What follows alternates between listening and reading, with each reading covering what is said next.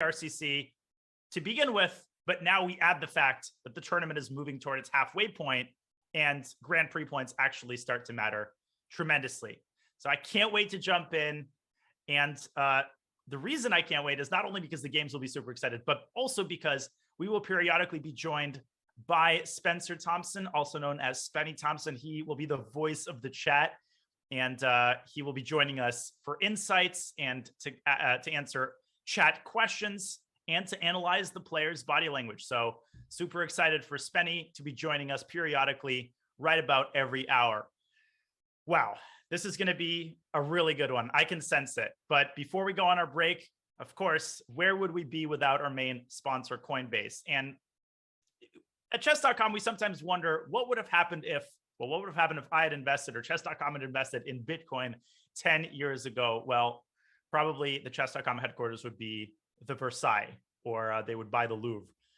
Unfortunately, that was not meant to be, but it's not too late to jump on the Bitcoin game by making a Coinbase account. So the RCC brought to you by Coinbase. And if you needed any more motivation, remember, you can learn more at coinbase.com/chess, and you will get $10 in Bitcoin when you sign up and verify your account. So, ladies and gentlemen, we will go on our traditional break to make sure all of the players are set. When we return, the Saturday Swiss begins here at the Rapid Chess Championship presented by Coinbase. Do not go anywhere. The games begin in just a couple of minutes.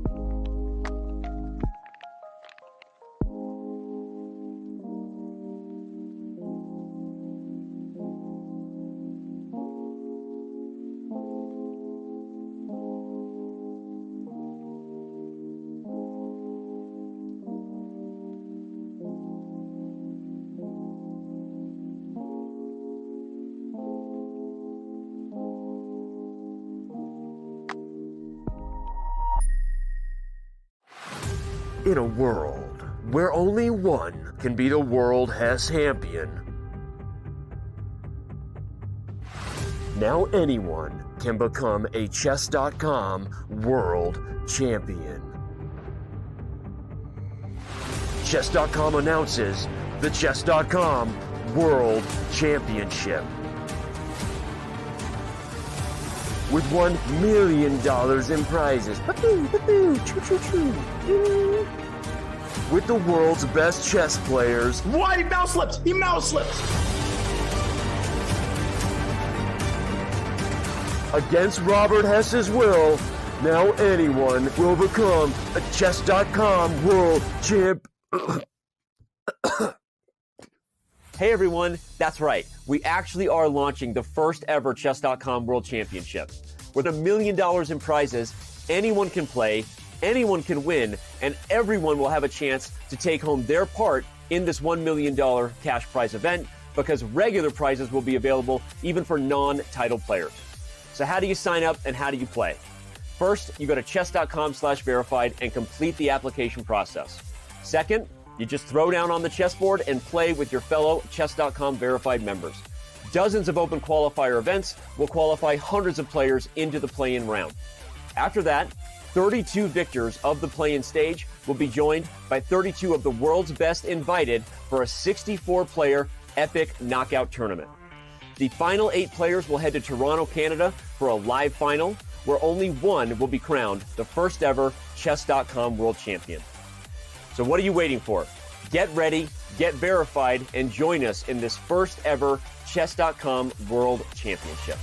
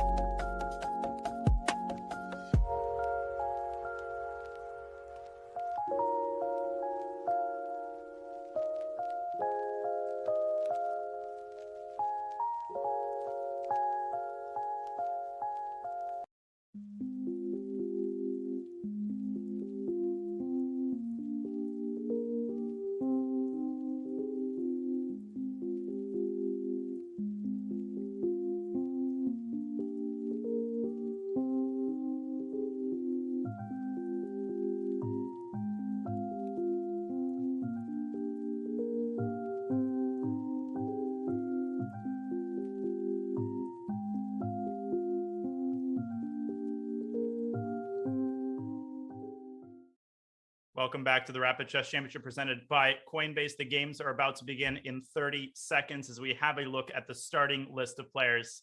Can't quite make out the player at the very top of that list. He doesn't usually play in RCCs, some guy named Hikaru. We have MVL, who I believe hasn't played in all that many RCCs, so I'm very excited to see how he's going to do. He's got a lot of catching up to do in terms of Grand Prix points and some of the other household names on Draken, Jeffrey, Dubov, Alexei Sarana. Jan Nepomniachtchi is at number 7, so do not be fooled by that starting list. This field is absolutely packed as it usually is, 33 players in total, and all of them, almost all of them, have the capacity to make it into the top 8. The games have begun. Let us pull up some of the top guys, and let's see how they do. We've got Hikaru Nakamura, MVL already playing Esipenko. Oh, this field is going to be stacked. Let's see. All right, I'm just going to pull up some of the top games here.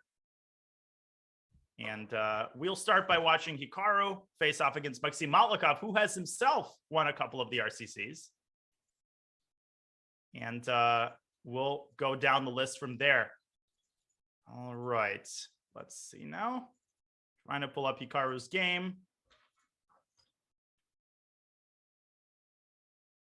Okay, so we're gonna fix. We're gonna make sure we can follow the games, and as we do that, a quick reminder of the current Grand Prix leaderboard. We've got Fabiano Caruana on top. I don't think he is playing today. Yeah, he's not playing today. And what does this mean? This means it's a big chance for Hikaru Nakamura, first of all, to grab control of the lead because there is 10 points assigned for first place. So with a win, Hikaru would get ahead of Fabiano by 5 points. And as I was talking about earlier, it's also an opportunity for players like Grishuk and Nepo, people with 15, 16 Grand Prix points, to tack on 7 or 10 more and basically enter the top 5. So a lot is at stake here in this Grand Prix as we're trying to make sure that we can follow the games and watch these beasts in action. We need a little bit of time to fix this issue. We're going to go on a very short break, ladies and gentlemen. We will be right back, and we will start following the games in round 1 of the RCC. Don't go anywhere. We will be back in just a couple of moments.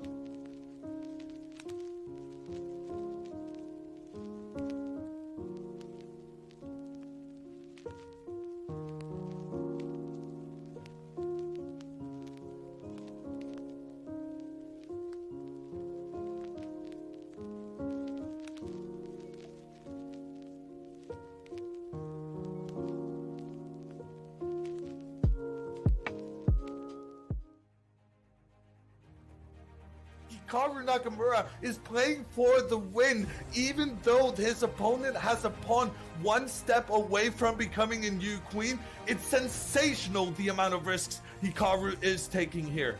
It seems like Black is making some progress finally, and well, he just made the decision to trade off everything. He did get a draw, but that could very easily have been a win.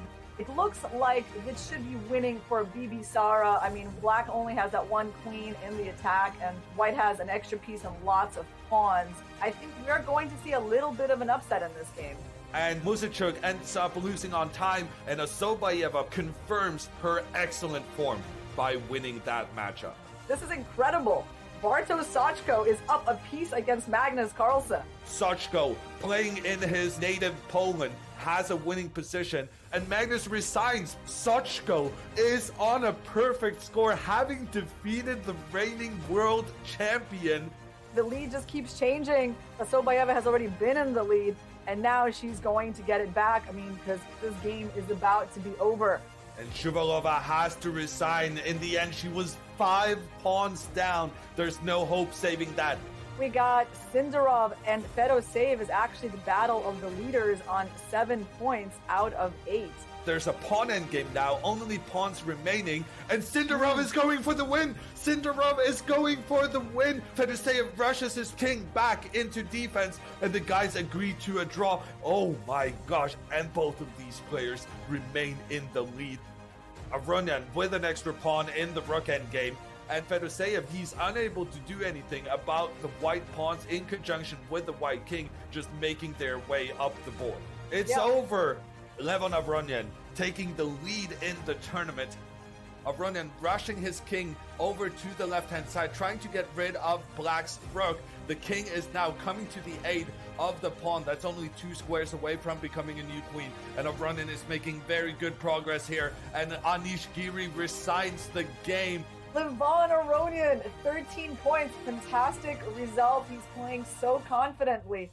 Hikaru Nakamura is not on the list. He tested positive for COVID and had to withdraw from the tournament.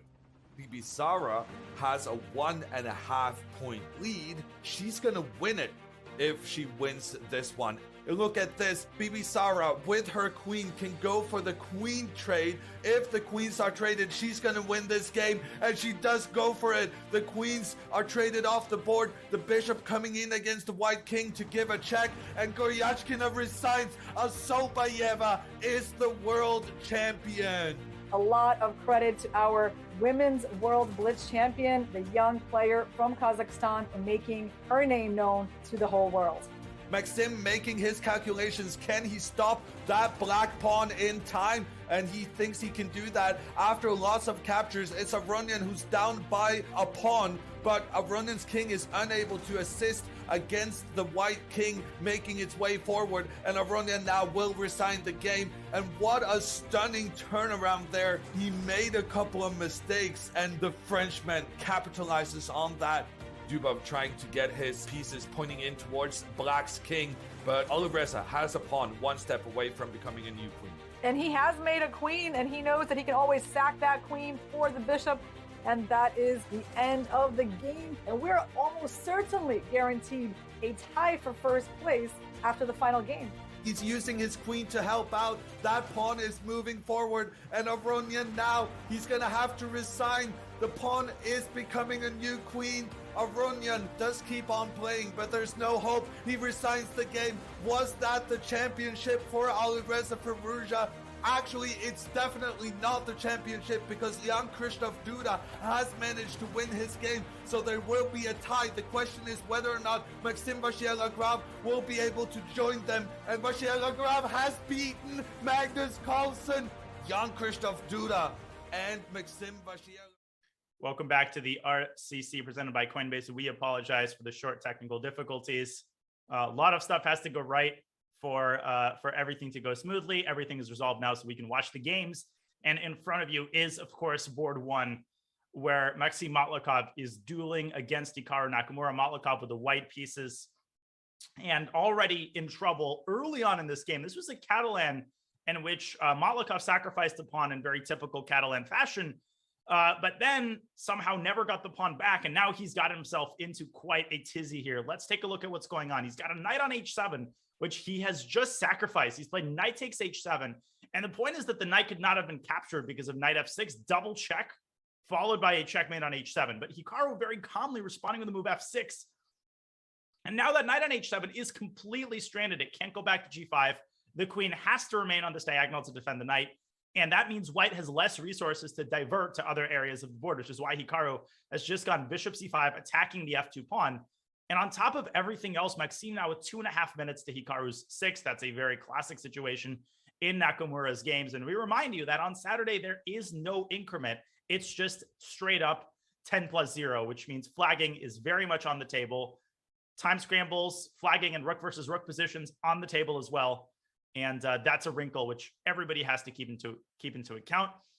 Rook f1 by Maxime, and Hikaru brings his other knight out with knight e5, centralizing knight h5. Maxime desperately trying to create chances on the king side. Now, Hikaru has no direct way to trap this knight, to attack this knight. The knight is trapped, but you can't really play g6 because that would entail giving up the f6 pawn. That looks way too dubious. So probably what Hikaru has to do here is just attack the queen side, right? Because white has all of his resources diverted on the king side, you could play a move like rook ab8 or bishop d4 and hit that b2 pawn. It might seem totally irrelevant to the position, but white could get overextended here. This is an important moment for Hikaru to figure out how he wants to exploit the fact that white has this awkward knight on h7. Obviously, black cannot fall asleep in regards to his king safety as well, because there could be a sacrifice on g7 or a timely g4, g5 could cause problems on black's king side. So while Hikaru's thinking, let's very, very quickly take a look at our board too, because we've got interesting stuff brewing here as well. We've got MBL with the white pieces against Andrei Yasipenko. Looks like a great position for Maxime. He's got this pass pawn on a6. Material is currently equal, but that pawn is restrained from all sides. It's restrained by the bishop, the queen, and the rook. And look at Yasipenko's last move, queen d4. Yes, that rook on e7 is hanging, but if white captures it, Yasipenko will capture the bishop on d3, hitting at once 3 white pieces, the rook, the bishop, and the pawn. I think MBL would have to go queen e1, and after queen takes a6, I think Andre is saying, actually, that might not even be the best move. The best move here is h3, provoking weaknesses in white's king. Ooh, and this is actually very, very dangerous. You can't go g3 because you get checkmated. And this is happening. Queen e1 has been played, and Yasipenko immediately responding with h3. That is a very, very important resource. Rook f3 by Maxime. Now we're going to see hg, and queen takes a6. And yes, black is down in exchange, but what does he have in return? He has a pawn. That pawn anchors the bishop, and white's king is permanently going to be weak. So I would take MBL here. I think he still has the upper hand with the rook. He's got the possibility of pushing his pawn down to f6. But with the permanent weakness of his king, it's going to be very, very hard for white to attack black's king in single-minded fashion. Queen a8 by Andre, pinning the rook. Now we're probably going to see Maxime's bishop park itself on the long diagonal, bishop c3. He's played it. And Andre has to figure out how he's going to involve this knight into the game. He could play, no, knight d6 is not legal. He could play knight d7, intending to get this knight to e5, and he does. Knight d7 knifing his way into e5, but that square is currently controlled by white's bishop. So Andre could bring his queen into the center with something like queen d5 in order to prepare knight e5. It's a very tense position. 2.5 minutes for MBL. He slams his queen into e7. Now he's weakened his backside, so there is a check available on a2, but MBL is just going to tuck his king away on h3, and that is the end of black's check. So I think practically speaking, white does have some winning chances here, especially if you can get Andre to spend a lot of time. So we're toggling between the top 2 games right now, but stuff is heating up in Hikaru's game, and Maxime, he's found a couple of interesting resources, but it's not going to be enough. His position, you can see his position is collapsing. Hikaru has somehow managed to get his queen onto g6. How did this happen? Well, he did play rook ab8, as we discussed, and then he played queen c7. He brought his queen to f7, and he found a way to target both of these knights. Now, you can't take the black knight on e5 because the queen is currently hanging. And if you trade queens, on the other hand, then Hikaru takes back with his knight, and now the knight on h7 is simply trapped. So Maxime's options are limited. He played the move pawn to e4, intercepting the queen, and he is still attacking the e5 knight. So I think the simplest thing for Hikaru would be to desperado sacrifice that knight on g4. Knight takes g4, h takes g4. King takes h7, and although white is not down any pieces, white's king side is in shambles. You can't really defend the g4 pawn. If you move the queen to d1, then you lose the e4 pawn. I think Hikaru might go for this, and if he does, he's likely to win the game. But he himself is down to 2.5 minutes. Will he find a way to successfully resolve the tension here? And Maxim's biggest chance here is Hikaru's clock. Knight d3, chiseling his way into white's position. Now, the knight on d5 is still untouchable because of knight f2 check, as Maxim takes on c4, Hikaru takes on h7. This looks over. If you play e takes d5, Hikaru just takes the pawn back, then his queen moves into e4 with devastating effect. Queen takes e3. Now knight e3. Knight e3 or knight takes f4. All of it is crushing. Hikaru taking a bunch of pawns. He is going to win this game.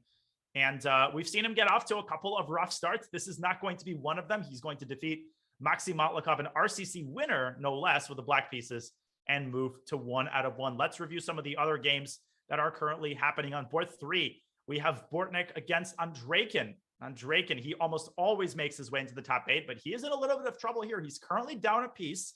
What does he have in return for it? Well, he's got 3 pawns. Now, I'm assuming that he's going to recapture the bishop with his knight.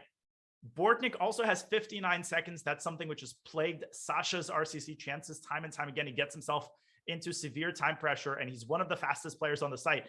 But even he can't make it happen when he's got 10 seconds in a super complicated position. Andreykin currently, he has 3 pawns for the piece. Will he push his kingside pawns? He can play a move like f7, f5. He instead gives a check on e8. Bortnik has to try to win the a2 pawn as quickly as possible. Rook e4 by Andreykin, migrating the rook to g4 and trying to get to this g2 pawn. That could get really, really dangerous for white, because then black will have 3 connected passers on the king side. This is a very difficult position for Bortnik. I think Andreykin is going to win this game. 30 seconds, and the position incredibly complicated and incredibly difficult to play for white. Knight e1, though, defending the pawn on g2. That's an important defensive resource. King e2. Okay, rook e3, king f2. And Andreykin is not doing a great job of targeting white's pawns, but Bortnik now down to 30 seconds. How is he going to defend d4? Is he going to play knight f3? But he walks into g4 and knight d2. Oh, he had a better move there. He could have probably moved the other knight back to c5. Instead, we have a trade. And I'm afraid that he's just going to get flagged here. Objectively, this position is maybe even better for white, because white's going to drop this knight back to a5 and then win the pawn on c4. And Hikaru, by the way, has officially won the game. We're also keeping an eye on MVL's game, which has just ended in perpetual check. We kind of expected a scenario like that. So MVL making a draw, but let's watch this game because Bortnik is down to 18 seconds. He's better in general. Like if you're playing a classical game, white is the only one who can play for a win here, especially if he manages to eliminate black's pawns, but his time keeps dwindling, and Andreykin has an entire minute on the clock, which is an eternity in a position like this. But Bortnik is so tricky. And for Dmitry, what he has to avoid is blundering his rook to a knight fork. I've seen so many of these games lost to knight forks, but he's doing a great job. And I think Sasha is going to lose the g2 pawn. And if he does, then the game is basically over. He's spending at least a couple of moments on every move. He's going to bring his rook back to d2, but Andreykin has f4 check, and then rook takes d2 and h3, and he's actually going to just simply promote one of his pawns. It's over, and Dmitry Andreykin is going to steal this from the jaws of a draw, not really from the jaws of defeat. He was at no risk, but this should have been a draw with time. And he goes f3, which is also good, and he's just going to promote his pawns. I think he can just take white's rook and play the move g2 and then h3, and one of these pawns is going to promote. Great win there for Dmitry Andreykin with the black pieces. Let's take a look at any of the other games that are still going. We have Jeffrey losing his game with the white pieces to Grigory Oparin, a pretty major, not even really an upset. Oparin, of course, is a very, very capable grandmaster, but Jeffrey has consistently performed very, very well in the RCC. So a pretty big result there. And it seems like all of the games are over or almost over. I'm trying to find anything that's still going. Yeah, I think all of the games are officially over. Let's review some of the results. We have Amin Tabatabai, who won his game against Dreyev. Fedoseev won his game against Benjamin Gladura. A couple of draws on some of the lower boards. Wow, look at this one by Vladimir Fedoseev as the next game is about to begin. My goodness, what a one-sided game. Welcome to Vladimir Fedoseev land. He won his game in 17 moves against Gladura in a Trumpowski. Just clung to his extra pawn. Then he won another one. Then he pushed all of black's pieces around. Then he won an exchange, and then he mated black. That's how you win a game. Fedorov scoring the round 1 victory. Round 2 is underway. And let's have a look at who Hikaru Nakamura is facing off against. Just a moment here as I pull up the game. Okay, let's see here. Hikaru is playing Fedorov. Ooh, we already have a marquee matchup in round 2. This is why we watch the RCC. As early as round 2, we get matchups that have the capacity to determine essentially the course of the entire tournament. Now, Hikaru playing his trusty knight f3, b3, which has served him so incredibly well in his blitz career, and in particular in the RCC. This is actually a very hard opening to play against in the context of rapid chess, because black does have to be very, very precise. You can see here Hikaru snagging that pawn on c5, Fedorov going e6, Hikaru responding with c4, so black can recapture the pawn. He does, but Hikaru, he's going to go for a very small but stable advantage here. Now, a big question for Vladimir, which way does he recapture on d5? He can recapture with a knight, but that would entail giving up the g7 pawn. Bishop takes g7, and I'm not sure that he wants to go for a pawn sacrifice, a speculative one, this early on in the game. So my guess is he's going to take back with a pawn, and he does. But of course, now we get a pretty typical structure. This is the isolated queen pawn structure. The big question here is who has control of the square in front of the pawn. If it's white, then black is essentially saddled with this long-term weakness. But if it's black, black may even have the possibility to break through in the center with d5, d4. And if black can manage to do that, then not only has he solved his opening problems, but he will be the one contending for an advantage. So for Fedorov, he has to play very, very actively here to counterbalance the presence of this potential weakness on d5. He moves his rook into e8. Typical move. Hikaru develops his knight to c3. Now, there's an interesting point here. If black goes d4, it may seem like a good move, but it runs into this typical resource, knight a4, attacking the bishop and opening up an attack on the d4 pawn as well. So the bishop moves back to a7, and Hikaru just snags the pawn on d4. Probably knight takes is better, but in any case, that's not something Fedorov is well advised to go for. I'm expecting a developing move such as bishop g4. You also see the other bishop moving back to a7 in these positions in order to avoid moves like knight a4 with tempo. Also, rook c1 could be unpleasant because that could x-ray the bishop. And there's bishop a7 played by Fedorov. But you can see, even in the time disparity, how comfortable Hikaru is in these positions. But looking at this concretely, the big question now is how does white prevent d5, d4? Now, you could play knight a4 now, but that would run into the potential b5. And I don't really see what else white could do other than move the knight back to c3. Maybe white has rook c1. That actually might be a pretty cool resource. Rook c1, counterattacking the knight. And if black defends it, let's say bishop d7, then white's knight moves into c5. And now d4 is no longer possible. This is clearly a very bad turn of events for black. So knight a4 is a candidate move here for Hikaru, who is thinking of ways that he can stop black's breakthrough in the center. Interesting game. We'll keep an eye on it. Let's tour around the block here, take a look at some of the other top games. We have Alexei Sarana facing off against Jeffrey Zhang's vanquisher, Grigorio Parin, who now has the white pieces, trying to put the heat on Alexei. And they've got a Bogo Indian here where white's development is really concerning me. White is completely undeveloped on the king side. And if Alexei can get his own pieces out really, really quickly, a move like e6, e5 comes to mind and he plays it. Oh man, this is looking really dangerous for Grigori. Look how quickly black's pieces are coming out. Bishop e6 with tempo. That pawn could drive down to e4 and attack white's knight, and it's unclear where to put it. Black's rooks are quickly coming out to c8 and d8. And you can see the eval bar is not approving of Grigori's opening play. Yes, he has the two bishops. I think that's what he was going for. He thought that he could get away with it and get his kingside pieces out quickly, but I don't see a clear way to do that. Maybe he can go bishop d2 to c3.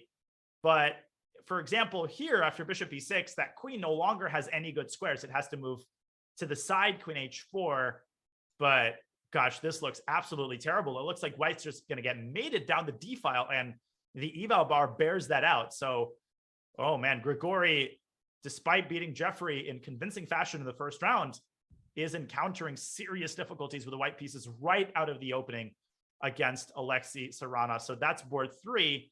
We've got Andreikin against Tabatabai in board 2. But one game I want to take a look at is Jan Nepomniachtchi, who definitely is going to be hungry to prove once again that he is more than capable of making it to the top 8 and winning. Some of you who've watched the RCC from the very beginning will remember that Nepo actually won the inaugural weekend, defeating Anish Giri in the final. And since then, Jan has barely even made it to the top 8.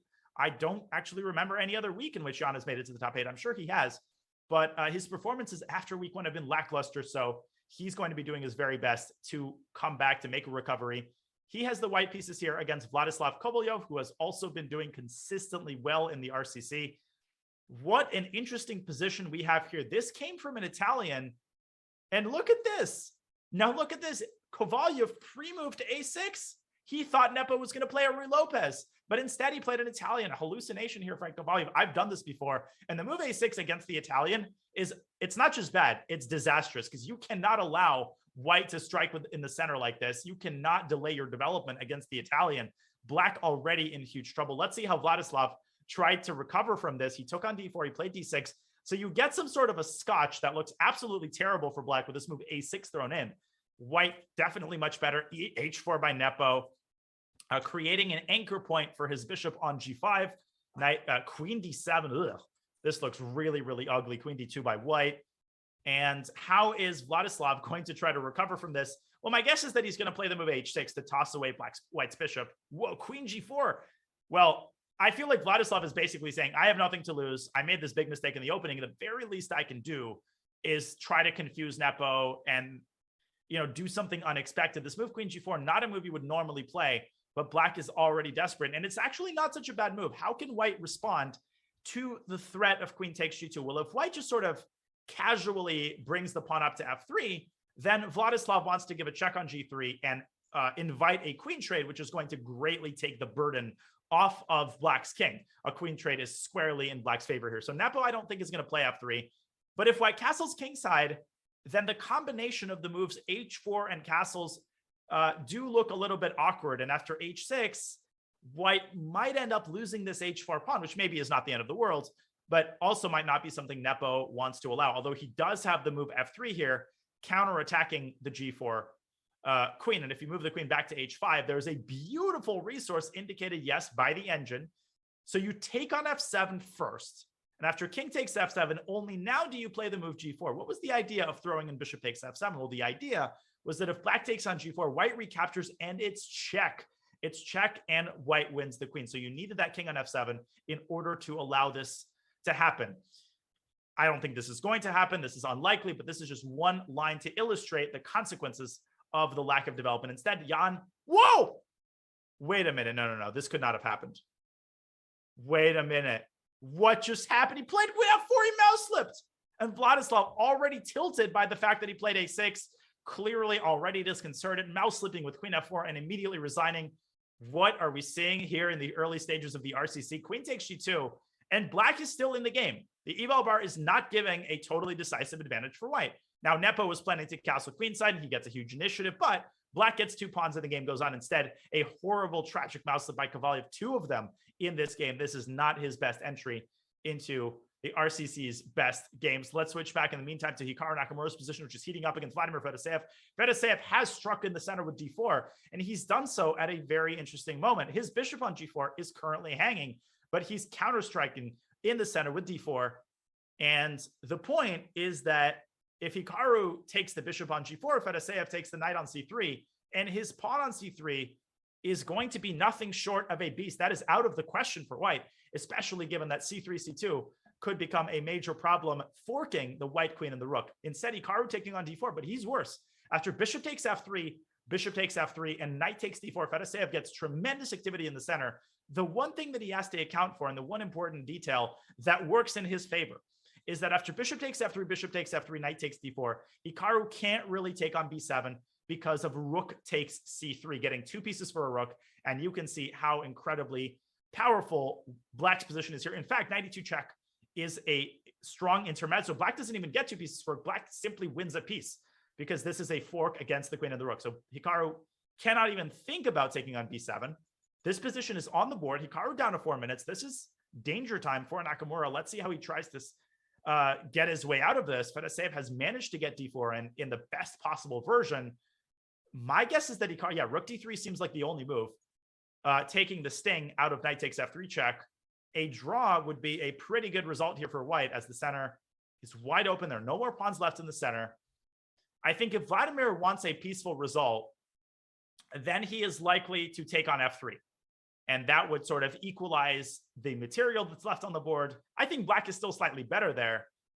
But if Fedoseev wants to play for a win, I'm expecting a move like queen c7, or maybe rook c to d8, although bishop takes b7 is now probably a threat. So this pawn probably does have to be defended right now. Vladimir contemplating, Hikaru offering a draw. So this is going to be really interesting. This is going to be really, really interesting. Will Fedoseev accept the draw here? He's got the black pieces against Hikaru. A draw would be a great result for him. He probably would have taken it on move 5 without even thinking, but he knows he's better. He knows he's up on time, but we've seen the amount of times that Hikaru turns a game like this around. In fact, he usually turns games like this around. He wins the vast majority of lost positions that he has. So a decision to be made here for Vladimir. Let's see. He's down to 5 minutes himself. With every ticking second, I think the chances that he takes this draw are likelier, because if the time situation were to be equal here, and he does accept the draw, and I think I can understand that decision, a draw with the black pieces against Hikaru in round 2, in a position where he's slightly better, but there's nothing concrete, is a solid result. Let's go back to the Oparin game. And things have not gotten any better for Grigori. In fact, they've gotten quite a bit worse. What's going on here? Well, Oparin does have an extra exchange, but black has 2 pawns, and look at the state of white's king. Somehow, Oparin has managed to castle queenside, but that has brought him absolutely no relief. That knight on d5, knifing its way into c3. Black is threatening all sorts of shenanigans here. This pawn from e4 can move down to e3. Okay, rook h to d1 by Grigori. Yeah, I think the move e3 looks really, really good here. And rook takes d5 is not really a threat, because the bishop on e2 is going to hang at the end of the line. So lots of possibilities here for Alexei. He can also move his queen up to e3 in order to prepare the move knight c3 check, and that is what he does. He plays queen e3. He's got plenty of time. He should be able to win this game. So Alexei Sarana is likely to move to 2 out of 2. So we saw Jan win that short game against a clearly tilted Vladislav Kovalyu. Some of the other top games, which are still going, we haven't checked into Andreykin against Tabatabay. I've been keeping an eye on this game. It's been pretty level all throughout. I think this one is going to end in a draw in just about a couple of moments. Yeah, this is nothing to talk about here. Just a completely equal endgame, 2 pieces against 2 pieces, opposite colored bishops. No chances for either side. We're going to see a draw in this game very, very shortly. MVL, in the meantime, he drew his round 1 game, but it was not a bad result at all. I mean, he was playing Andrei Esipenko in round 1. So not a particularly unexpected result. He's got the black pieces here against Kirill Alexeyenko, who, of course, became so much more familiar to everybody after he participated in the last year's candidates. And what do we have here? A good position for MVL, who's got a beautiful knight on c5, a beautiful bishop on e5, a queen on h4 that's exerting tremendous pressure on white's position, and Alexeyenko down to 2.5 minutes. No clear moves here, because if he moves his knight away, he drops the pawn on c4. The pawn on a4 is also hanging. So white's position is really on the verge of collapse here. And I think that's reflected by Alexeyenko's time expenditure. He's got 2 minutes now. I feel like he's going to lose this game. I don't see a single possible move here for white. And the eval bar not giving much at all for MVL, but the top engine move here is bishop e3 to g1. That is not an easy kind of move to play. Alexeyenko drops his queen back to d1, but he has allowed, what is he allowed? He's allowed bishop takes d4, bishop takes d4. Oh, and now black has a really nice tactic. Rook takes rook. Now, you can't take back with the queen because you dropped the bishop. But after rook takes rook, black has knight d3. It's simultaneously a decoy tactic and an interference tactic. You're intercepting the queen, and the queen can't take the rook because it's overloaded. It's protecting the rook on e1. But MVL refraining from that move. He goes bishop a6 instead, targeting the c4 pawn, which also looks very reasonable. I think he's basically just going for the flag here. 1 minute and 40 seconds in a complicated middle game against MVL's 4. Remember, no increment in the Saturday Swiss. This is completely unfeasible. I don't see a way that Alexeyenko pulls this out. He goes bishop f2. That's a good move. He attacks black's queen. This might have been underestimated just a little bit by MVL. And if white can get this queen off of his grill, if white can get his queen back to e7, Kirill's going to have ideas like knight c6. He also could play the move b2, b3, which would buttress his 2 weak pawns. So if he can get that move in, if he can get that knight ensconced on c6. He's going to have chances to turn this game around. And if he can milk some of Black's clock, that would give him better chances. Queen h6 by MBL, walking right into knight f5. And all of a sudden, things are turning around in this game. Oh my goodness, wait a minute. Bishop takes c5. Bishop takes c5. And if d takes c5, Alexenko could have just pushed his pawn at d6. That was winning for white. He goes b3 instead. That's a little bit too timid. But MBL has completely lost his grip on the position. And Alexenko now clearly with the upper hand. But instead of b3, he had bishop takes c5, d takes c5, d6, with unstoppable threats of knight e7 check and d7. Not sure why he didn't go for it. A little bit too hesitant here. But MBL is still in huge trouble. This knight on f5, he could not have allowed that knight to get there. Let's see if Maxime can wheel his way out of this position. I'm also keeping an eye on Serrana against Oparin, which, by the way, is still going. And Grigori has somehow managed to mix things up. And this is really complicated now. Alexi's still down in exchange. White's king is still very much alive. And now Black's king is the one that's experiencing a lot of danger. Queen f6 by Serrana. Don't miss checkmate on a1. How should Oparin deal with it? He brings his queen back to b2, offering a queen trade. And in the event of a queen trade, I think White's going to have excellent drawing chances. In fact, don't laugh, but if White manages to win the e4 pawn, then only he will be able to play for a win, as Alexei has no choice but to acquiesce to the queen trade, but at least he does it on his own terms as he brings his king toward the center. If he can get his king onto e5 and then push that pawn down to f5, I still think he's going to win the game. And the reason I think he's going to win the game is just because White is not going to be able to stop these passers with a minute on his clock. Yeah, Grigori could have defended this a little bit better, but it seems to me that practically speaking, with a minute left on his clock, he's not going to make this happen. That pawn is rumbling down the board. The other pawn is going to land on e3. And one way or another, I feel like Alexei is going to promote one of his pawns. King c1, Oparin doing his best, stopping the penetration of the rook. But I think it's time for Alexei to push his f-pawn down the board with f5. He could even contemplate the immediate e3, but instead he goes knight f4. Oh, knight d3 check, winning the rook. And Alexei Serrana, maybe not in the most convincing fashion, but he was always on top. He beats Grigori Oparin. Let's switch back to the MBL game. That game is entering its climax as Alexenko is now all over MBL. Look how he's turned this around. Look how he's turned this around. He's got an entire minute left on the clock. He's completely winning. But what is the knockout blow here?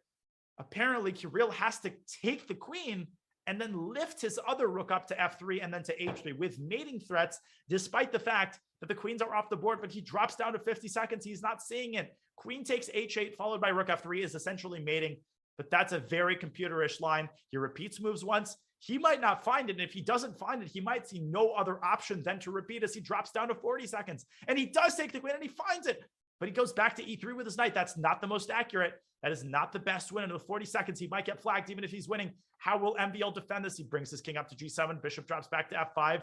Kirill clearly winning here. He's up a pawn. He's got a monster on t5, but he's not doing this right. He's giving MBL chances to get active. Bishop c3. Now rook f to e1 is not possible. Now rook takes e4 and bishop c8 with threat in f5.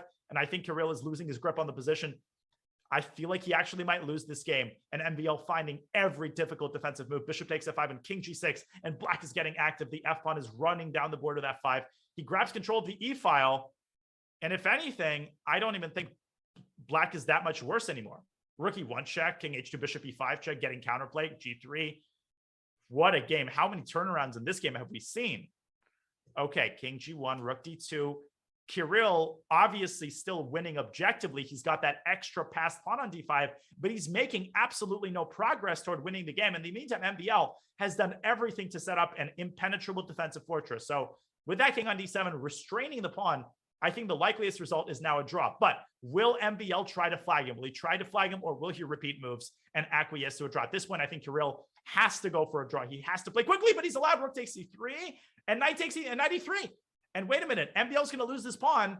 But king e4. Both of these players playing way too quickly and way too sloppily. Bishop c7 and Alexenko is now winning. But MBL's going to take his kingside pawns. This is still anybody's game. Can Kirill get his king up to e6? Can he keep the f5 pawn protected? Knight d5. Now White's going to win. White's winning all the pawns. Knight e4, knight takes c5. Nope. Knight takes g5, knight e6. He's promoting. Kirill is going to win easily. He's got 10 seconds. He should be able to win this. He's pre-moving. He's a good bullet player. But can he stop MBL's pawn in time? Oh, taking a stalemate. Oh my God. What a trick by MBL. That milks more time off of White's clock. He's got 5 seconds, but he's going to mate him. King E5, he's not. Oh, Queen B5 is made. And Kirill Alexeyenko pulls it out against MVL. What a heartbreaker for the Frenchman with 3 names who came back all the way from a completely lost position, had at least a draw, but got over ambitious. And that rook trade on C3 is what gave Kirill an easy win, and a win that he could have performed with Primos. We've got a time scramble here. Drev and Bortnik. And Drev will get flagged. He gets flagged. And Alexei Drev has had gotten flagged so many times in the RCC. Unbelievable. Bortnik pulls one out. He's got 1 out of 2. We will go on a very short break. Ladies and gentlemen, round 2 is in the books. What an incredible start to the week 11 RCC. Do not go anywhere. Next round starting in just a couple of seconds.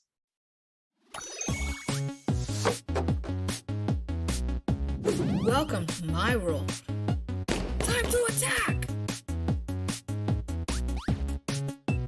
A night on the rim is grim. Are you sure you know what you're doing?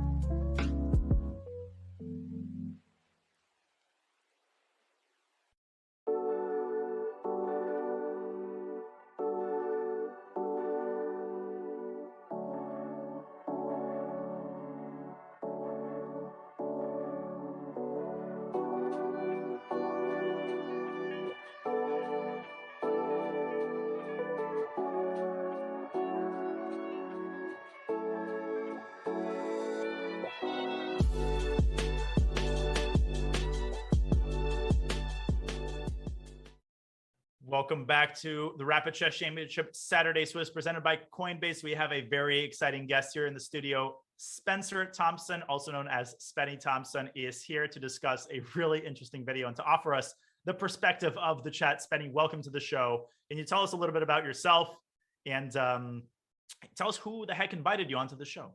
Okay, it was me, but yeah, so I weaseled my way on here. I'm Spenny Thompson, a known streamer, chess player. I'm here to offer a layman perspective, a human element, if you will.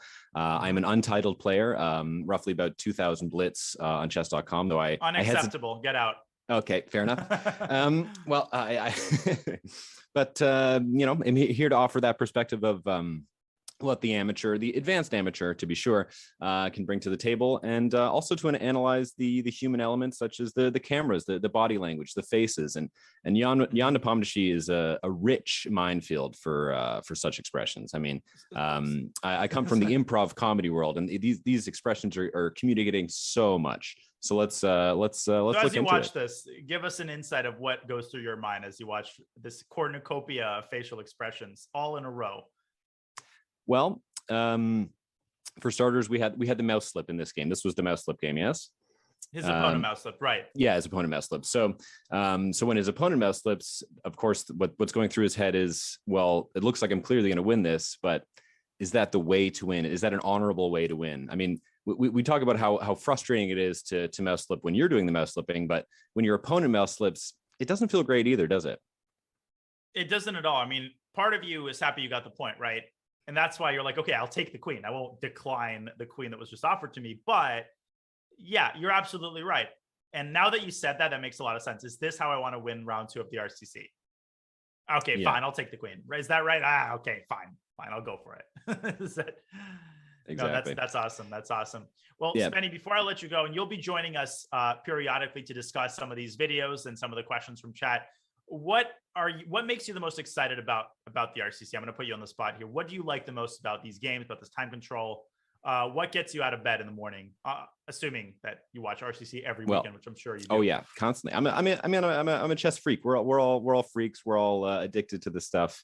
But what appeals to me so much about this event is there's no slouches. Everybody up there is, quite good at this game, and the time control allows for some proper, some decent chess. We have time to find some good moves, but there's also the potential for some fun time scrambles, and it can get wild and crazy. And the chat has heard how elevated your voice can get for certain positions. So it has enough excitement of the speed chess aspect, but enough of the quality of say a classic game. So I think it's kind of the best of both worlds.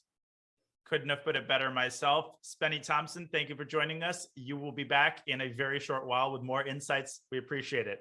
Thanks. And for now, chat. Enjoy the games. Yeah, I'll be the voice of chat. If anyone in chat wants to be heard, I'll be your ombudsman, if you will. Ooh, good word. All right. Cheers. All right. See you soon, Spenny. Back to the games we go. Round 3 of the RCC is underway. In front of you is Alexei Serrano's game against Hikaru Nakamura. Hikaru drawing his previous game against Fedoseev. Vladimir drawing with the black pieces from a position of strength. And now another draw as Hikaru offering a draw that is accepted right out of the opening. We had a Catalan that really didn't go anywhere. All of the pieces were traded, as you can see. You can see the opposite colored bishops. Alexei with a slight advantage here. So just like Vladimir Fedoseev, I feel like the Hikaru effect here coming in pretty strong. Alexei probably would continue playing this against another Grandmaster, but Hikaru isn't really known to lose slightly worse positions. So Alexei taking the draw. He moves to 2.5 out of 3. Hikaru has shed a point. He's got 2 out of 3, which is not a bad score. But Hikaru is going to have to make a push with the white pieces in the next couple of games. We've got another fascinating matchup here as Jan Nepomniachtchi, who has started perfectly, winning that short game that we were just discussing with Spenny against Kavalyev. No mouse slips here. Jose Martinez, also known as Jospem, after a great performance last week, he made it to the top 8, lost to Fabiano Caruana, but that was a very close game. So he's announced his name to the world. He's got the white pieces here after a terrific start, and he's got an advantage against Jan Nepomniachtchi. This is a very instructive position, I think, because what comes to mind when you look at this for just a couple of seconds, at least when I look at this, the first thing I see is the bishop on d5.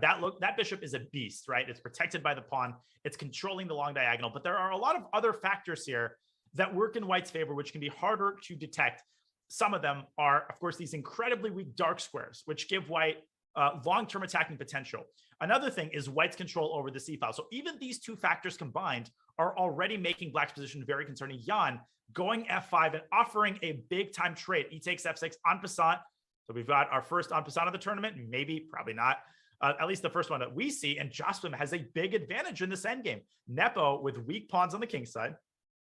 White's got control over the c file. And let's see if Jose can convert this endgame advantage into a win, as Nepo now offering a draw. So we have a trend here. We've got some of the top players offering draws in slightly worse positions. And so far, they've all been accepted. But here, I feel like Jose really isn't even risking.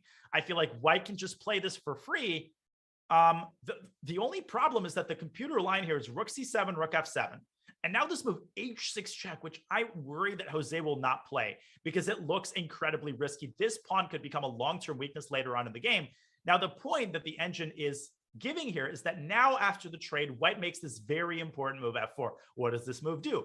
This move freezes all of black's pawns and creates a long-term weakness on g6, but Jose not seeing that, and he takes the draw. So this strategy has worked like a charm for all of the top players. Even without rook c7 check, I would have played this on with h takes g6, but that's easier said than done. Not the worst result in the world, taking a draw against a world championship challenger. So both of these players move to 2.5 out of 3. A lot of the top games have already finished. Fedoseev making a draw, Parham making a draw, Amin making a draw. So almost all of the top games have already finished.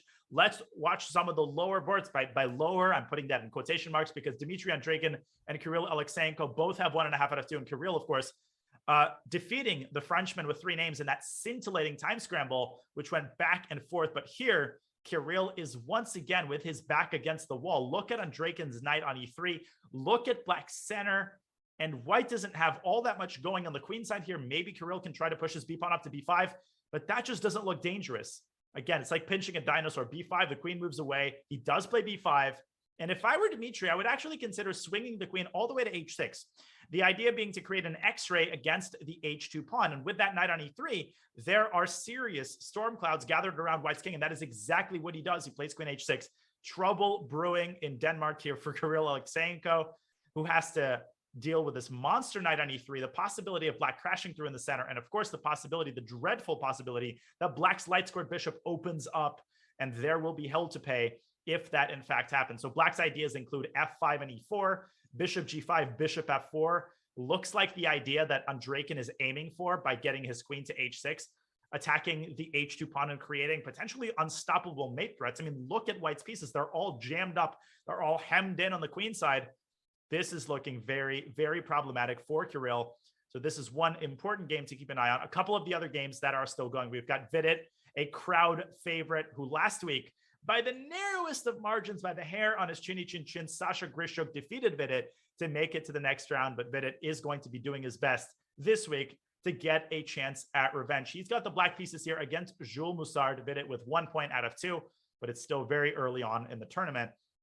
This seems like a pretty balanced endgame. I would maybe take black here by a smidge, just because white's got some weaknesses on the queen side. On the other hand, these knights could also be very dangerous. You could imagine this one knight, the f3 knight jumping out to g5. You could imagine rook a8 check being rather annoying in certain positions. So the eval bar seems to indicate that the position is closer to equality than to anything else, maybe even a slight pull for white after Vidit's last move, rook e4. So not the most interesting position, but an endgame that could turn rather spicy, especially if white gets chances or an attack going, an endgame attack going against black's king. So we'll keep an eye on this game.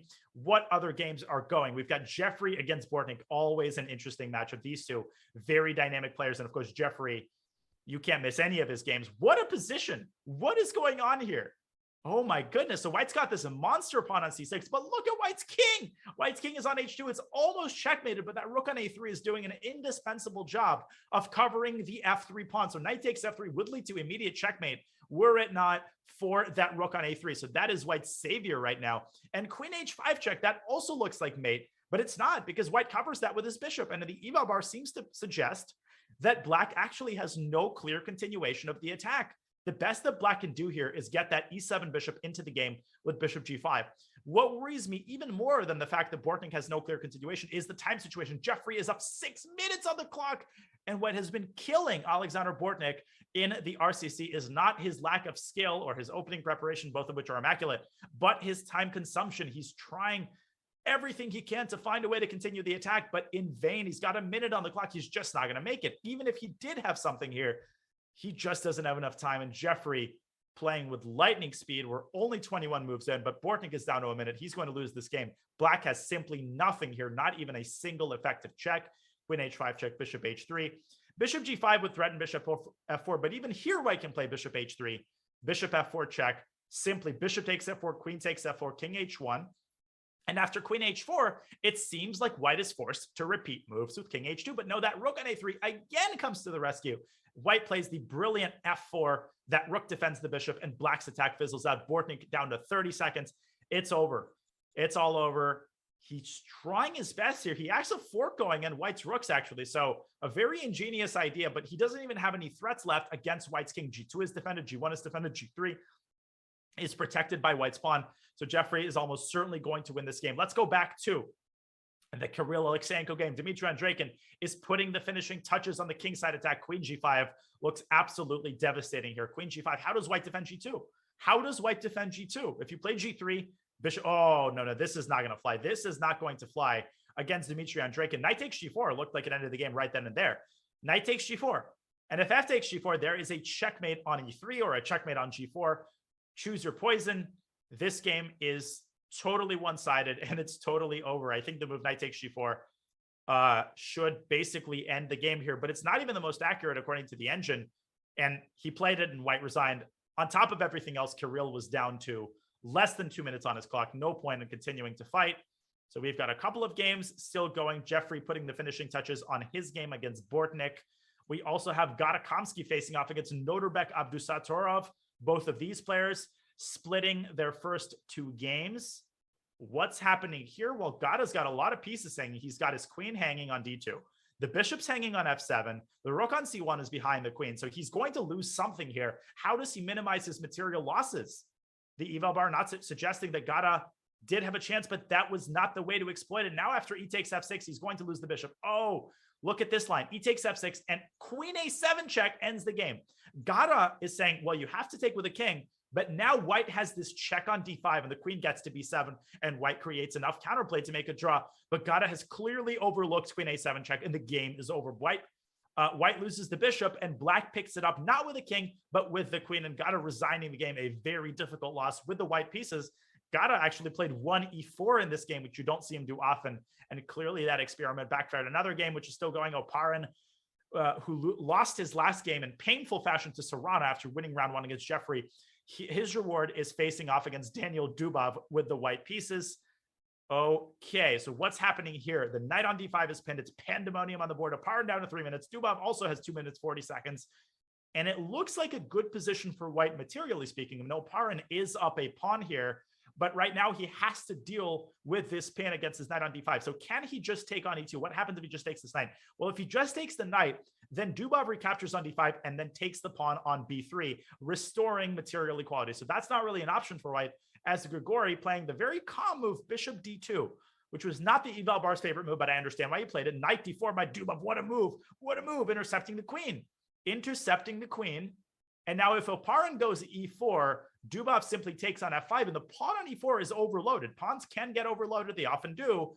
You can't take on f5 and defend the knight on e5 at the same time. This looks like a lot of trouble for white. So how is Grigori going to deal with the threat against his knight on d5? And if black is able to take that knight, then white's king is not going to be safe. We've already seen a game in the RCC this time where white's king landed in trouble in exactly this fashion. Queen f3, great move by Oparin. King g1 would have been suicidal due to bishop takes d4 check. So queen f3 is a very important defensive resource, and I feel like Oparin should be able to hold a draw here. Queen takes d4, and then maybe something like rook f2 to defend the bishop. And white's king is not the safest, but black isn't left with too many pieces with which to attack the king. If only Daniel had left himself his light squared bishop, he would so much rather have a light squared bishop here than a dark squared bishop. A light squared bishop would land on d5, and that would spell the end of white's resistance. But as it stands, Dubov just doesn't have the firepower to get anything started against the white king. I feel like a draw here is the most the result that we can expect. G takes f5. Technically, black is up by pawn, but Grigori winning it back here on d6. Queen e4 is likeliest. We're going to have a queen trade, and we're going to have a very, very likely a peaceful result, but you never know what happens. It's the RCC. We've had too many weeks to know that you can, okay, draw by agreement. In this case, as we expected, let's switch back to the Bortnick game. No, Bortnick down to 4 seconds. It's amazing that he's managed to resist this much. He's brought Jeffrey down to 3.5 minutes, but in reality, it's not even close. Queen g6 ends the game on the spot because there are unstoppable threats against the black king. So Jeffrey is just putting the finishing touches here. And as for Vidit's game, which is still going, we still have this weird endgame with 2 knights against bishop and knight. Vidit down to 1:30. Musard has a little bit more time. His knights are centralized. Black has managed to activate both of his rook and his knight. What's happening here? King e6. We have a trade of bishop for knight, and also here I feel like a draw is the likeliest result, although Vidit, I think, is now playing for a win. King f5, getting his king active. Knight back to h3, but look at Musard. Yeah, the knight is on the rim, but Vidit has no way to defend his up pawn, so white has won a pawn. But what I think makes Vidit's position totally fine here is the fact that he has the capacity to go after the c4 pawn with knight b2, and there's very little that Musard can do against that, other than essentially to repeat moves with a series of checks, rook g4 check, rook f4 check. So I'm anticipating a draw here. The question is, will Jules try to go after black's clock? Jules Musard, one of the best bullet and blitz players on the site. He's kind of underestimated, but he's incredibly good. As he goes knight f2, he doesn't go for the repetition. I think he's still playing for win, but Vidit immediately spotting the move knight b2, knight g4. Oh, don't take on c4. There was a tactic there with rook takes c4. How tricky. Knight takes c4. Now the same tactic on the other end. If rook takes c7, black has a discovery against the rook with knight d2 check. All of a sudden, Vidit's pieces are a little bit more active than their counterparts. The time situation is equalizing. Has Musard overpressed just a little bit here. I think he's the one who has to start thinking about making a draw. Knight d6, and now he might lose another pawn. Rook e7, king f4. Look at Vidit's king getting super active, attacking f4. He's attacking b5. White's position is on the verge of falling apart. If Vidit can win this game with the black pieces, that would be a huge result, as he would move to 2 out of 3. Musard down to 50 seconds. Rook knight e3, attacking the rook. Rook c5. Vidit is definitely going to win another one of black's pawns. And notice this: you couldn't have played rook takes c7 because the knight was hanging and the rook is defended. Vidit takes on b5. Rook e4 check, but Musard, he starts pushing his pawn. This is anybody's game with below a minute for both players. King up to f3. Can Vidit finish off an excellent endgame effort here? Knight g4 check, or will Musard's active f pawn and active pieces offer enough counterplay for a draw? This is the last game remaining, I'm pretty sure.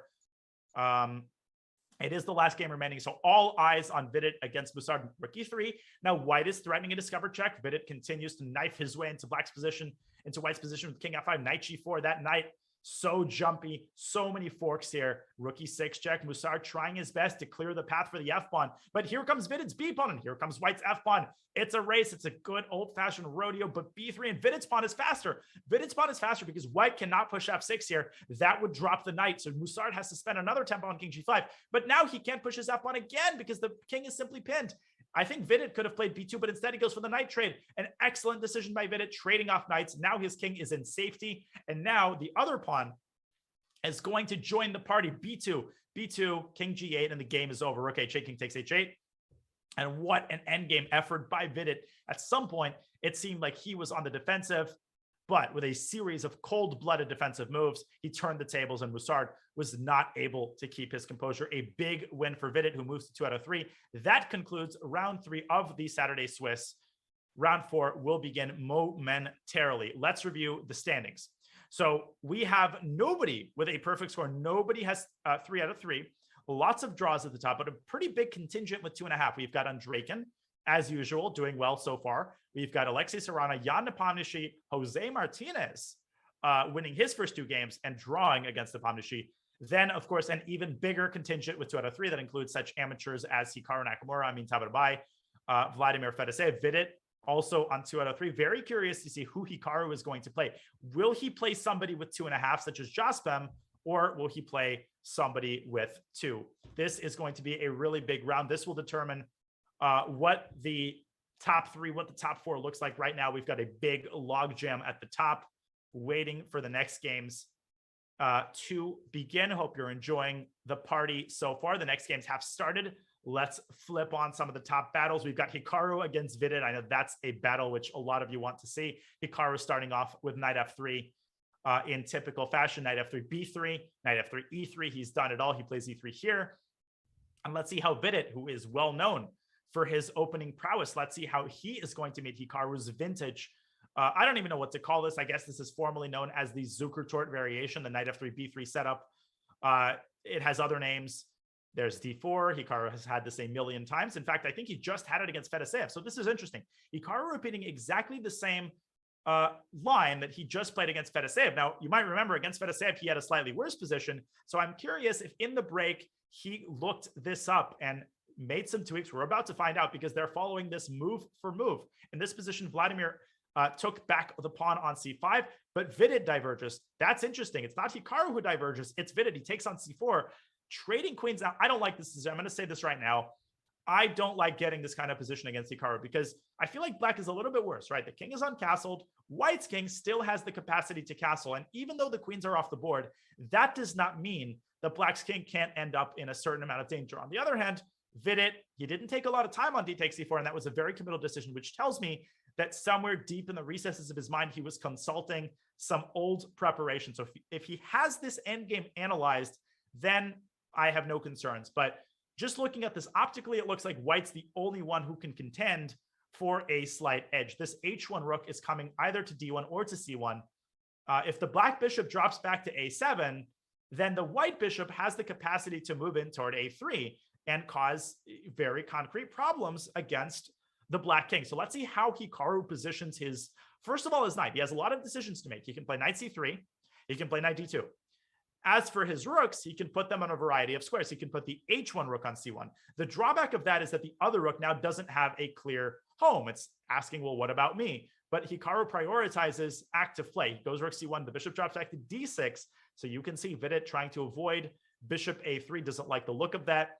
The other bishop coming out. I think it's closer to equality than to anything else, but a very small pull for Hikaru in the endgame. We'll see if he can make anything of it. Let's check out some of the other top games. We've got Andreykin on board 1, facing off against Jan Nepomniachtchi, another big matchup. They're already 17 moves in, and not a surprise when Jan Nepomniachtchi is playing. He's got 8:45 left. What opening was this? This was a Catalan. This was a weird Catalan where Jan basically tried to cling to his extra pawn, this move b5, which those of you who watch the RCC religiously know that Hikaru has been playing this line with black against the Catalan almost exclusively. And the idea is to sacrifice back the b5 pawn, very unconventional new approach for black, but it's been very, very popular. So white wins the pawn back. Nepo defends c4. Then we have a trade on f6, Nepo recapturing with the pawn, a very unconventional kind of play. Notice that e4 does not trap the bishop because black has the counterattack move knight b4, opening up a pathway for the bishop. Queen moves back, or queen moves to the side, bishop b7, and knight back to c3. So visually, I like white's position. White's attacking c4. Obviously, black has problems with his king, although you could argue that white doesn't have the attacking firepower to make anything of that. Let's see, what else can white try here? White also has the idea of going rook d1 and pushing the d pawn forward to d5, trying to provoke more weaknesses in black's position. But what does Nepo have working in his favor? Well, he's got the two bishops, always good. He's got the d3 post for his knight, so he could consider the move knight d3 in certain positions. Now, the drawback of that is that you might allow the very nasty move b2, b3. And remember, the c4 pawn does not have any protection. If black had a b6 pawn or a d6 pawn, no problem. Black could have gone d5 or b5. As it stands, the c4 pawn loses its protection, loses its support, and this could be very problematic. So knight d3 should not be rushed with, but that possibility exists. The other thing is that queen takes c4 is not actually a threat because of bishop a6 skewering the queen and the rook. So Nepo does have the opportunity to improve his position without worrying about the c4 pawn being hanged. With that being said, I don't really see a clear way for black to improve his position. Maybe bringing the queen up is a good idea. And the fact that Nepo is thinking for now over a minute and a half is a clear indicator that he's not a big fan of his position. As he plays the move c7 to c6. Okay, so he opens up a pathway for his queen. But what worries me is if Dmitry just moves his rook out of the way. What happens if Dmitry just plays rook a1? And white wants to snag this pawn on c4, and he plays it. Ooh, and Nepo is forced. Okay, he plays rook d1. Same idea. Nepo plays bishop a6 because he has to. He has to defend the pawn. But now Dmitry could try to get his queen to h6. He could. Oh, he strikes with d5. This looks really, really unpleasant for Jan, who is actually down on the clock almost by 2 minutes, which you don't say every day. Jan Nepomniachtchi is down on time. He's got a very, very nasty position to defend here. And we will see if he is up to the task or not. As he thinks and as he tries to recover and wheel his way out of this, let's have a look at the other top game. We've got Jose against Serrano. Well, this seems to be the most boring of the top games. We have a bishop against knight situation, which seems really, really equal. Let's see. Okay, so Jose, maybe with a slight pull. Black does have a slightly deficient queenside pawn structure. So white could pretend that he's a little bit better. Bishop g5 by Jose, but I feel like the likeliest outcome is a draw, and he's allowed d takes c4. That's interesting. He's allowed d takes c4, and why is that a problem? Well, that's a problem because in this position, black gets queen c5 check. Now, that's a bit of a fork, right? You have to drop your bishop back, and after queen e5, that pawn on e4 is dead meat. It's going to be picked up by black's queen or knight. So I didn't see any need for Jose to allow his pawn to get weakened like that. And Alexei says, thank you very much. He takes on e4. I think this move was underestimated by Jose, who might actually have to play bishop takes f6 now. And if he has to trade the bishop for the knight and give Alexei's queen a lot of prospects, I think black's problems are behind him. A queen takes c4. That was Jose's idea. Very ingenious. But black can now play the move h6. This is a classic idea, right? You play h6, and you cannot play bishop h4 because of g5. The queen and the bishop now hang simultaneously. So h6 is what I'm expecting. That would force a trade. And I think the likeliest result here is going to be a draw. Yes, Alexei has slightly weak pawns on the queen side, but they are very well defended by the rooks. And he can actually use his a pawn as a battering ram, advancing it to a5 and then to a4 and trying to shatter white's structure. Coupled with the active queen on f6, I don't think Alexei will have any problems here. Let's check back in with Hikaru's game against Vidit. How is that endgame going? Well, nothing much has happened yet. Hikaru has acquired the bishop pair, so that's one thing that he's done, which works in his favor. On the other hand, Vidit has gotten for himself a very, very nice little outpost on b4. So he's forced a little bit of a weakening in Hikaru's pawn structure on the queen side. I still think that white is a minuscule amount better. I would prefer white if I had to choose which side to play. But after something like rook hd8, I mean, Hikaru will have to expand his advantage considerably in order to win this game. Something will have to happen to Vidit's position, something detrimental will have to happen to black's position for Hikaru to generate real winning chances here. So this seems to be the calm before the storm. I have a feeling that something in this game is going to happen, but it hasn't happened yet. So let's focus in the meantime on the other juicier games. In the Nepo game, we have juicy happenings. Indeed, we've got a pawn that sits on d3. So Nepo did manage to get his knight to d3, and that knight has now been replaced by a pawn, which is a very positive development for Nepo. Now, wait a minute. What does white do? So on Draken, that moved d4, d5. It looked really, really good, but Nepo basically ignored it. And I don't think on Draken has followed it up properly. So this was a critical moment. I thought that the idea of queen e3, queen h6 would have yielded very serious attacking chances for white. Instead, Dmitry, he goes for the central approach. He plays d5. But Nepo simply covered the d file with knight d3. And d takes c6, a lot of people would think, well, that's a free pawn. But that pawn is a sitting duck after queen b6. That pawn will not have a long lifespan. And something or other Dmitry might have overestimated. He went knight e1 trying to trade the knight. He did trade the knight, but the knight was replaced by a bloodthirsty pawn. Now the queen is passive. It has to sit on d2, blockading the pawn. And all of a sudden, all of Nepo's pieces are streaming in rook b8, bishop f1.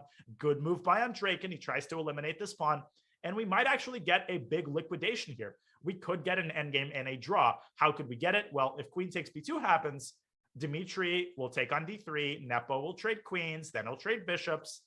And all of a sudden, nothing remains of that exciting middle game other than a pretty dull and drawish endgame. And in the endgame, black's deficient pawn structure is not a problem because all of these pawns can essentially be defended at the same time. So white doesn't have the firepower left to truly attack them.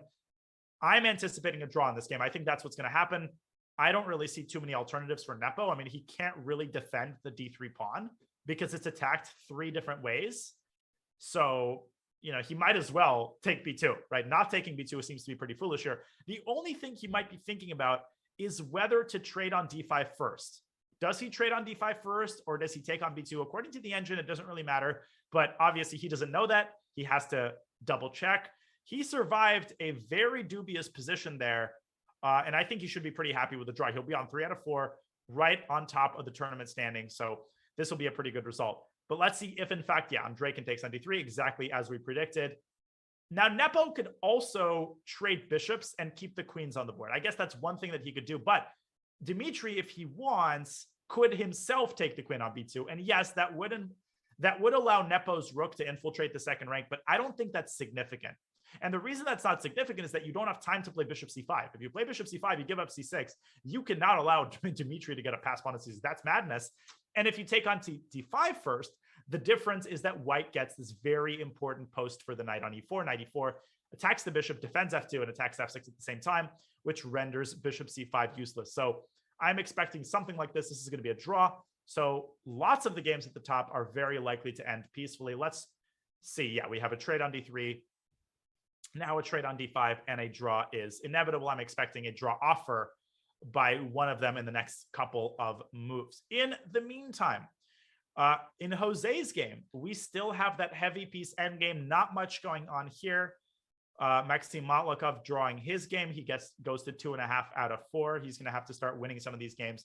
In the meantime, a game that we have not seen yet is Vladimir Fedoseyev's battle against Elegance Rix. I don't remember who that is. Oh, that's Dronamali Harika, who sits on 2 out of 3. So she's doing really, really well.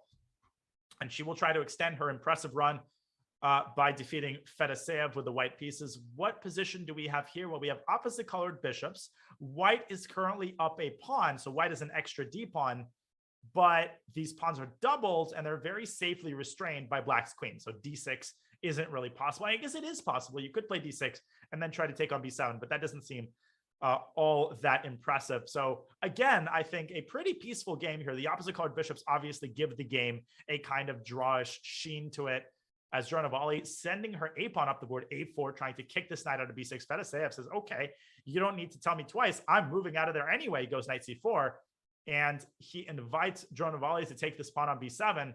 But I think after something like rook E7, he's going to win the pawn back on B2. And once B2 is captured, the knight on C3 loses its support. So this could actually get pretty dangerous for white if she's not careful. So we'll keep an eye on this game as well. But a lot of peaceful results here as we enter the midpoint of the tournament. In Hikaru's game, still very, very slow. That endgame progressing at a snail's pace. I don't see too many super interesting games at the top as Nepo. Okay, so he actually is going to lose a pawn. He's going to lose G5, but this is still a draw. This is still basically a dead draw. In fact, it would even be a draw without the H pawn. A fun fact is that F and H pawns against king is still a draw with the rooks on the board. Dmitry, though, declining a draw, and why should he accept it? He's up a pawn. He can milk this for 50 more moves. And one thing that could happen is if Nepo gets a little bit sloppy, his king is cut off. So if Dmitry could try to get his pawn to F5, that would give him winning chances. The problem is that white cannot get this pawn past F4, right? The rook on C4 is excellently placed. And if Dmitry tries to go rook F8, then that lets the black king out of the cage. So he just cannot make progress here. And I think Nepo has too much time for flagging to be an issue. So this should end in a draw in just a couple of moments. In the meantime, back to Jospem's game for a second. How is this one proceeding? White's got a couple of pass pawns here as he pushes C5. Has Jospem managed to generate winning chances? Rook C2. Okay, so Alexei is going to have to block that pawn with his rook. But that's not a positive development because a rook endgame like this with a passive rook could get really dangerous. But the plus side for black is that Alexei's king is running up to D6 and he gets there just in time. Black gets just in time to D6. If white had reached C5, Jospem would have been winning. As it stands, Alexei is going to eliminate this cancer on C6, and we're probably going to have a rook trade and a draw. So another 2-on-2 rook endgame here, which is likely to end peacefully. Let's see. King takes G4, rook takes C6. Trade of rooks, and black's king is in time to defend the F7 pawn. Jose going rook D2 check, king E7, rook D2. A repetition of moves, and Jose acquiescing to the draw. So the leaders draw their game, which of course, oh, Alexei actually going for it. Whoa. He went king takes C6 there. I think he looked at Jose's clock and he got enticed by the possibility of playing for a win, but I don't like that decision at all. And look at what Jose did. He went king E5. He didn't take on G4, instead prioritizing the activity of his king. That king making its way to F6. Jose threatening to trade rooks and then win the pawn endgame. All of a sudden, Alexei is the one who has to be careful here. Now, it's still a draw. It's obviously still a draw. Rook D7. Okay, so the rook trade is futile. Jose has to give a check on C2, pushing black's king further away to the queen side. King F6, and wait, is white waiting? Oh my God, Alexei messed this up. He messed this up and he's going to lose. Jose is going to get his rook around to H7. He's going to win F7, and that G pawn is going to win the game. Why did Alexei not take the draw? That was a highly, highly overambitious decision. Rook C8, rook F8, rook C8, rook C8, rook F8, rook takes F7, and white's passer is so much faster than black's. Jose is going to win the game. He's got plenty of time. And here's the thing. Oh, maybe Alexei can try rook D5. Maybe Alexei can try rook D5. Oh, but here's the reason why Jose is winning. Alexei has gotten rid of the G pawn, but he's going to lose the other G pawn. And if he loses the other G pawn, black's king is way too far away from the king side to stop the pawn. So he's going to lose the G pawn, and his king is not going to be able to make it to the right side of the board in time to stop that pawn. It's going to be a pretty elementary win. The rook alone is not capable of keeping white's king and rook combo away from that pawn. King F6 is coming on the next move. Black's rook is almost literally out of squares. And once the rook moves away from the G file, white's rook swoops in and collects the pawn from behind. This is actually a winning position for Jospem, a big game. If he wins, he gets to the top of the standings.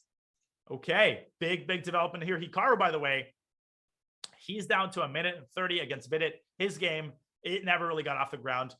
Vidit offered a draw, which Hikaru declined, oddly enough, because Hikaru's the one down 30 seconds of the clock, but still trying to win the game as it goes E4, E5. The position locked up. I think this one's going to end in a draw any second now. I think Hikaru is going to offer a draw himself. It's possible that he didn't see the draw offer because there are literally no winning chances. All of Black's pawns are defended. Now Hikaru offering a draw, that is accepted. So the top game ends peacefully. Hikaru moves to 2.5 out of 4 with 3 draws in a row. So he's going to have to start winning if he wants to ensure a ticket to the top 8. In the meantime, back to Jospim's game we go. This is a huge game. He's won the G4 pawn. He's still over a minute on his clock. He's got plenty of time. And now he just has to put the finishing touches on a game that just featured a crazy turnaround. But he has to stop Black's king from getting closer to the pawn. He goes rook G5. That's a good move.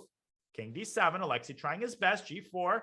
And here's the problem for Black. The moment Alexei goes king E8, that king gets pushed away with rook E8, rook G8 check. Now, Alexei does have the possibility of getting his king in. So I would play rook G3 here.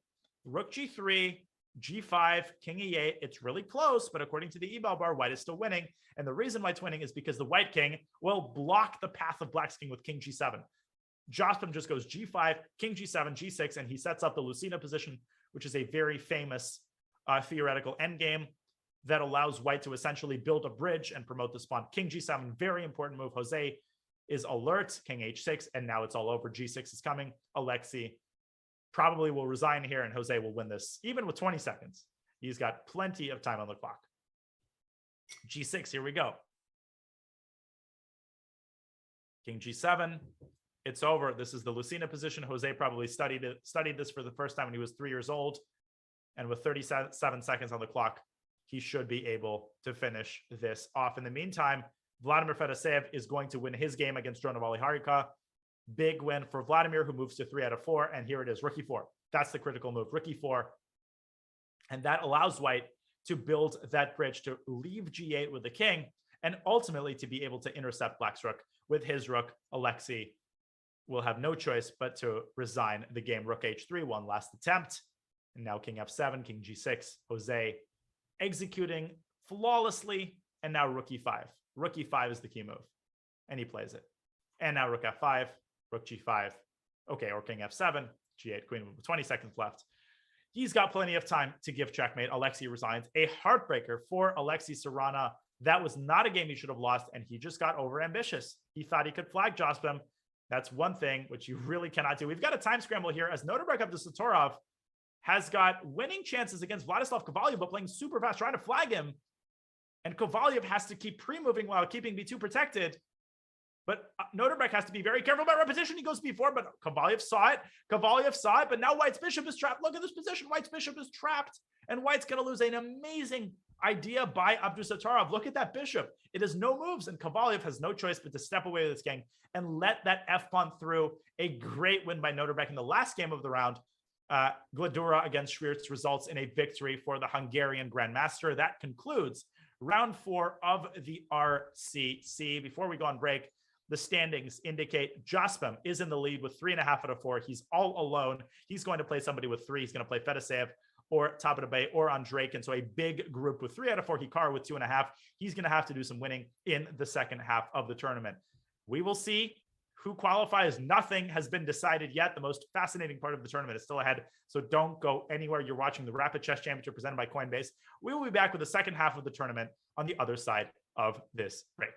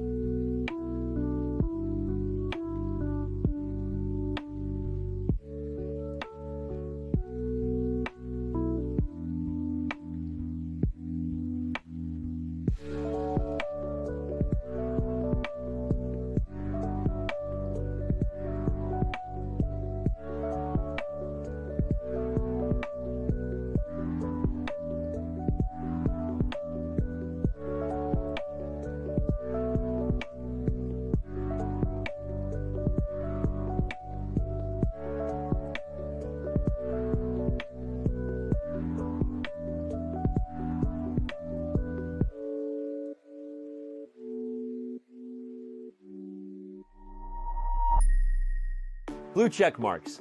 Everybody loves blue check marks. Chess.com is excited to launch its own blue check mark today with our verified members program. And for the first time, for any online platform anywhere, there will be a transparent and clear process to how you become verified and get that blue check mark. Any Chess.com member can become verified by having their account linked to a real identity with a unique payment form and SMS held privately in their profile. Most importantly, applicants must pass a comprehensive fair play screening in order to get verified. All right, but besides the blue check mark, why should you become verified? First and foremost, all verified players are eligible to play in the Chess.com World Championship.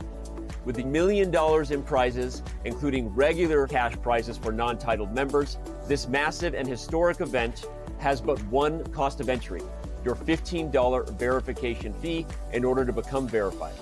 Additionally, other verified benefits will include access to regular verified-only events, listing on verified-only leaderboards, priority pairings against other verified-only members, and more. To learn more about how to become verified, if you're watching this during one of our live shows, use the command verified in chat, or if you're watching it anywhere else, go to chess.com/verified today and go get that beautiful blue check mark.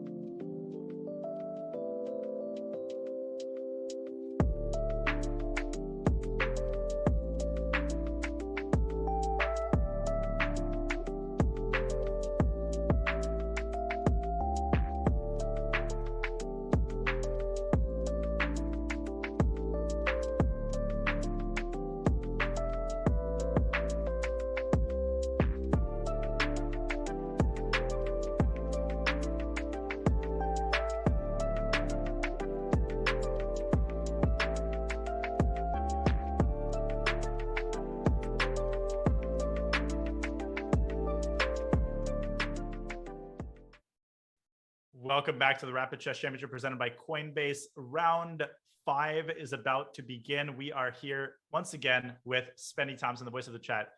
Spenny, during the break, we were talking about the notion of time scrambles, the question of whether Robert Hess likes chess, and other fascinating matters. Let's start with time scrambles. Now, this is something I've actually been curious to hear other people's takes on. What is the formal designation? Like, when does a time scramble begin? And then the other interesting question, is there even such a thing as a time scramble when there's increment? What is your take on those questions? Well, yeah, this is almost more of a philosophical question than a chess question. I think, well, we've been discussing in the chat, it kind of depends on the time control itself. Some would go so far as to say the game starts in a time scramble, depending on what time control you're working with. We've heard answers as far as 15 seconds, 30 seconds, 1 minute. I think it kind of depends on the player.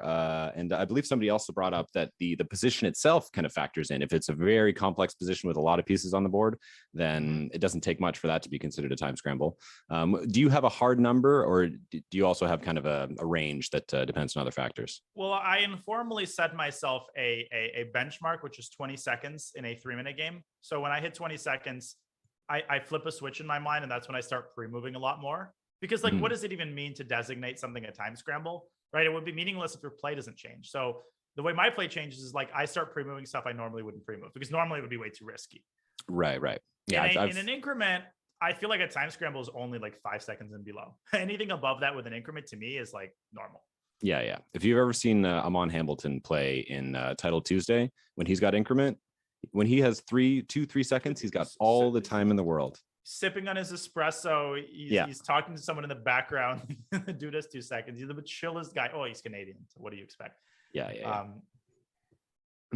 But no, it's incredible. Let's say if the time control starts at a 10-0 game, like we're witnessing here, would a time scramble be? Could you consider it a time scramble at the 1 minute mark? That's also the number I had in mind. Yeah, but the 20 second makes a lot of sense. I mean, chess.com agrees. That's when they tell you, hey, you've got 20 seconds left. You get a nice little sound to remind you, oh, got to wake up. I can't tell if I love or hate that sound. Does it make you more nervous, or do you appreciate the alarm clock?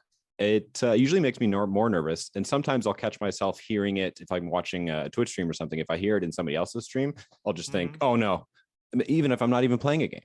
It's chess.com has incited a Pavlovian response with that sound, I think, in us. Well, I think there's a whole category of those sounds that as you said, they're Pavlovian in nature and activate evolutionary, a reaction that has like an almost evolutionary substrate, right? You can't help it. When you hear that sound like that, it's the same as a siren, right, or a fire alarm. It's the same. Adrenaline starts pumping through your veins, and that's part of the entire sort of category of addicting things that I always look forward to as an adrenaline junkie, right? Yeah, they're scary, they're terrifying. I hate time pressure on one hand, but I love it. And where would we be without time scrambles, right? Yeah. It's a super weird relationship that chess players have to time scrambles. Do you kind of get what I mean?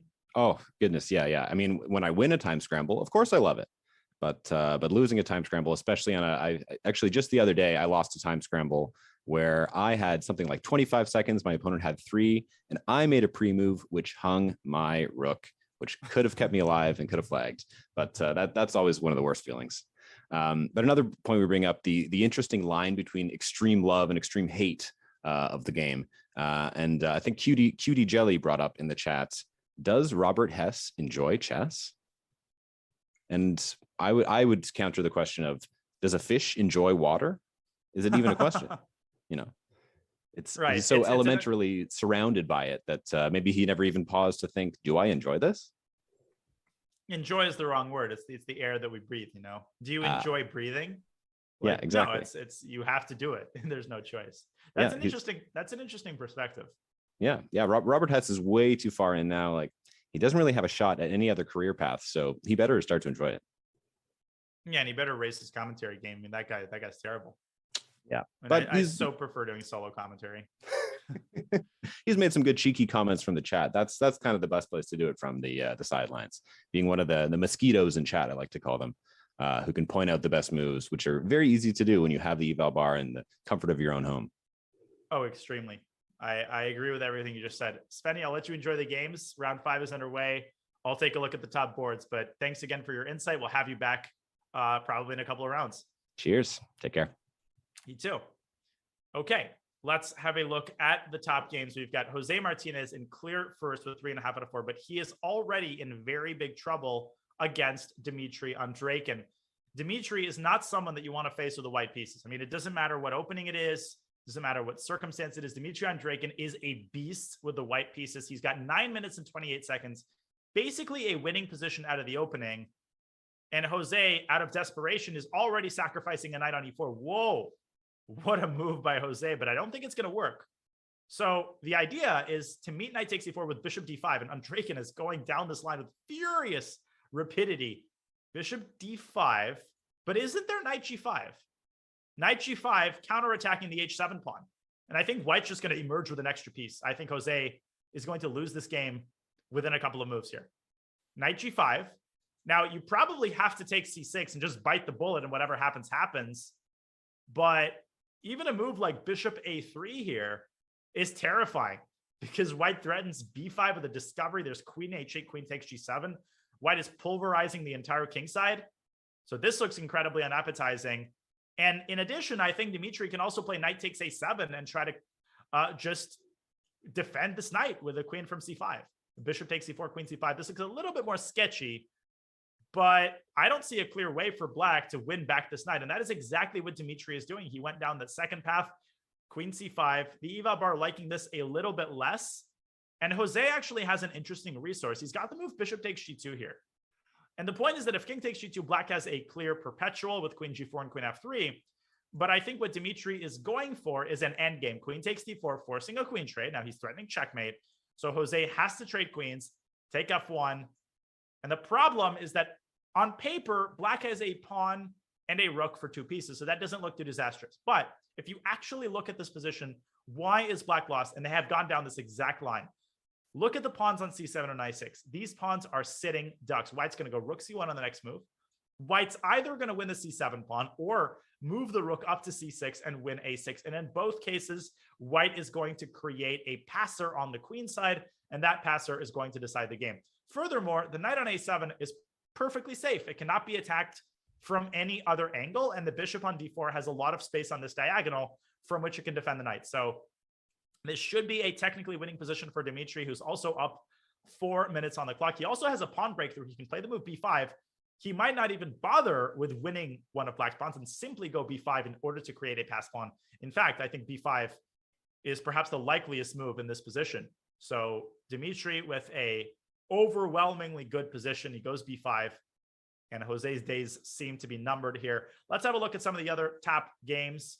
A takes b5. Okay, yeah, you can see the eval bar reflecting the direness of black's situation. On board 2, we have none other than Dmitry Andreikin facing off against Jan Nepomniachtchi. Jan's got the white pieces and was this an Italian? No, this was actually, yeah, this was an Italian. And white has this impressive looking pawn on e5. No, Jan has a great position here. And I think he's angling to sacrifice a bishop on h6, which is not an atypical idea in these types of situations, in these types of structures.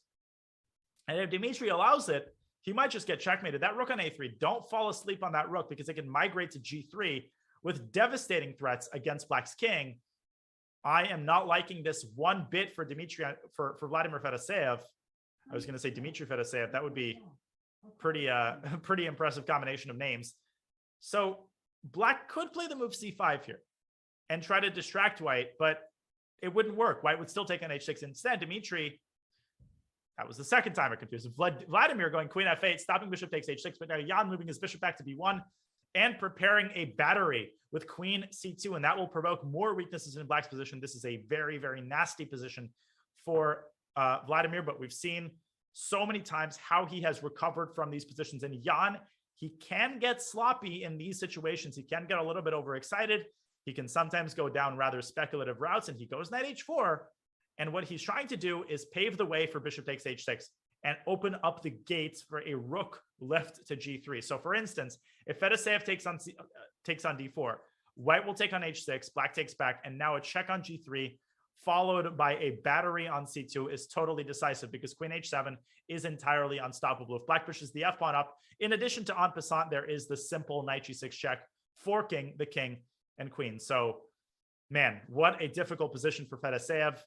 And Jan is right in his element. This is exactly the kind of position in which he excels, tactical opportunities galore, and all of his pieces are incredibly well coordinated. So we'll keep an eye on Fedoseev's defensive efforts. In the meantime, let's check into some of the other top games. We've got Amin Tabatabai also on 3 out of 4. Who is he facing? He is facing Norbek Abdusatorov, who has done quite exceptionally well the last couple of weeks, of course, defeating Hikaru Nakamura with the black pieces a couple of weeks ago in the Sunday knockout. But in this position, he's definitely worse. He's down. What is he down? He's down a pawn. He's down a pawn with the white pieces, and he's got a very, very weak pawn on h4 that's currently defended by 2 of his pieces. And it probably cannot be, no, it cannot be captured because of rook f to h3, winning an exchange. Because if the knight moves, then you lose the rook on h7. Oh, he's done this. He actually went for this when he sacrificed the exchange. This was a conscious sacrifice in order to get a bunch of pawns. Amin basically saying that his pawn superiority on the queen side is worth giving up an exchange for. I don't know about that. I thought he could have just kept an advantage of that position. But he's banking on this very impressive pawn phalanx. All of the pawns currently on the 5th rank.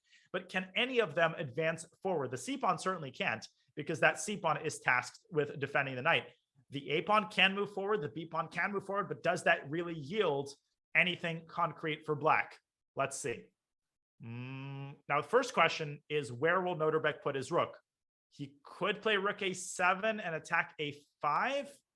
Then we're going to see a4. The eval bar seems to think that everything is super balanced. And okay, so he goes for rook c7, going after the c-pawn. Amin moving to d6 and now back to f7. So a repetition here is quite likely. Amin, though, he's playing for it. He goes king e5. So he declines the repetition. And here's the point of that move. If white now goes rook c7, then black can continue pushing his pawns with c4. The king defends the knight. So that's not very advisable, or at least it doesn't look advisable for white. But how does black... Okay, so Naroditsky doesn't prevent c4. He goes for k7. Now he goes after the a pawn. And for Amin, he has to decide whether to push the c pawn down to c4 or whether to spend a tempo on a4. He goes c4 check. A very interesting endgame here. The eval bar seems to believe that things should still end peacefully, but as you can see, really all three results are possible. I can see black overpressing and losing one of his pawns. I can see white allowing any or all of these pawns to advance forward too far. I can see white falling for a fork. Lots of stuff is possible here. So we'll keep an eye on this endgame as it proceeds. Hikaru Nakamura, he's got a lot of winning to do. Let's check into his game.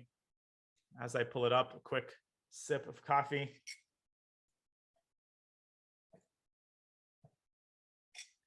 Okay. Hikaru facing Indian lad. That's S.L. Narayanan, a very strong grandmaster from India. He's got an endgame, and Hikaru with the white pieces for the second game in a row. Drawing Vidit, so wasn't able to make anything of the white pieces in the previous round. He's got to make something happen because these draws are bringing him closer and closer to the middle of the pack. He goes h4, met with h5. Material is equal. No, material is not equal. White is up a pawn, but Hikaru has to reckon with this really, really dangerous passer on b3. And the eval bar seems to believe that that pawn on b3 actually yields an advantage for black. Now, how will Narayanan try to get that pawn forward? I think the move bishop d8 is a big part of a successful strategy for black. That bishop has to find a better job. Right now, it's blocking the rook, and it's just biting on granite. Bishop d8 looks like a really strong move here, and Hikaru is down on the clock. He's got 3 minutes to 3:47. He goes bishop b8. Man, I liked bishop d8 a lot more. I thought that bishop should have gone to f6, but bishop b8 also looks really reasonable. He paves the way for a rook invasion to c2. A very tense endgame here. All three results are once again possible as Hikaru contemplates his next course of action. Let's see how Hikaru is going to deal with the rook infiltration to c2. Now, rook c2 is not in and of itself such a dangerous move. It could be met with rook d2. But if you look at that bishop on b8, that bishop could later move to a7 and harass white's rook with bishop e3. But Hikaru going for a different strategy entirely. He goes knight d3. So he removes the blockade on the b3 pawn. Of course, b2 is still not possible. That knight is defending the square. But Hikaru is poised to jump into e5. So he prevents any move that removes the bishop away from its control of e5 as Narayanan goes bishop c4. And Hikaru cannot go knight e5 check, right? Because then bishop takes e5 and the pawn promotes. Black is threatening bishop takes d3 and b2. Does Hikaru? Hikaru goes bishop c3. Oh, what a tricky move. Now the bishop is tasked with stopping the pawn. Bishop back to e6, opening up an attack against the bishop. How does Hikaru keep his pieces protected? How does he keep everything defended? Hikaru gives a check on g7 and he moves back to e7, counterattacking the bishop on e6. This is a very, very tense position. All three results are possible. Once again, okay, so if black takes on c3, white takes on e6 with check and then moves the king closer to the knight. Black goes bishop c4. We've seen a similar position a couple of moves ago. This time black's king is on h6. It's harder to check. Hikaru down to 2 minutes. Black continues to create serious threats in connection with this b3 pawn. I'm concerned about Hikaru's clock as he has to burn a lot of time to find these accurate defensive moves as he drops below 2 minutes. This game can go either way. We'll keep an eye on it. Let's go back to Nepo's game. Nepo with a furious attack against Fedoseyev's king. Nepo is going to win his game in just a couple of seconds here. He's got an extra exchange and he's got an unstoppable mating attack against Black's king. This is a very one-sided game and was from the very outset queen d2 check. Fedoseyev trying to mix things up. One last effort at going after White's king, but Jan can cover this check in a variety of ways. Rook e2 looks winning. Even queen e2, dropping the queen back, looks pretty darn winning. He's up a full rook, but he goes king g1. What a move. So he gives up the rook and e1 with check, but if Fedoseyev captures it, then the king hides on h2 and mate is inevitable down the g file. Great, great technique here by Jan. Like I said, this is exactly the kind of position in which he excels, in which he finds moves like king g1 at breakneck pace. He's up on the clock. He's mating Fedoseyev's king. This game is over, and Jan will move to 4 out of 5. A great RCC for him so far. In Jose's game, we've got Dimitri up a full piece, and that game was basically over from the very opening. Jose trying his best to hold this position, but I mean, he's got no chance. He's got a minute on the clock. He's down a full knight. His only chance is some sort of stalemate trick. Maybe he should go king h4. But, Dimitri wasn't born yesterday. He's going to smoke that king out of h4 with rook h6 and rook h5, and then cut it off down the 5th rank with rook b5. So this game is over. We don't have to look at it. We can trust that Andrekin's technique will be sufficient. Which game should we focus on in the meantime? Noterbeck, his position has continued to deteriorate, and Amin has managed to pull through. Amin, top of debate, is completely winning. He's got a passed f-pawn on top of being a queen up. I don't know why Noterbeck is not resigning. This is completely winning. And Amin just needs to push his f-pawn. He's going to push his f-pawn. The queen is safely restraining the a-pawn. It is over. And Amin, top of the bite with a black pieces, defeating the world rapid champion, Noterbeck Abdusattorov. That endgame was very, very difficult to defend from a practical standpoint. Remember, this was the game in which Amin sacrificed in exchange for a bunch of pawns. Noterbeck unable to contain them. And one of them clearly promoted because black does have one queen on the board and he's about to have two. So this game is over. Back to Hikaru's game ago, and Hikaru wins. Hikaru won that in like 3 seconds. How did he do that? And Hikaru hunted down black's king.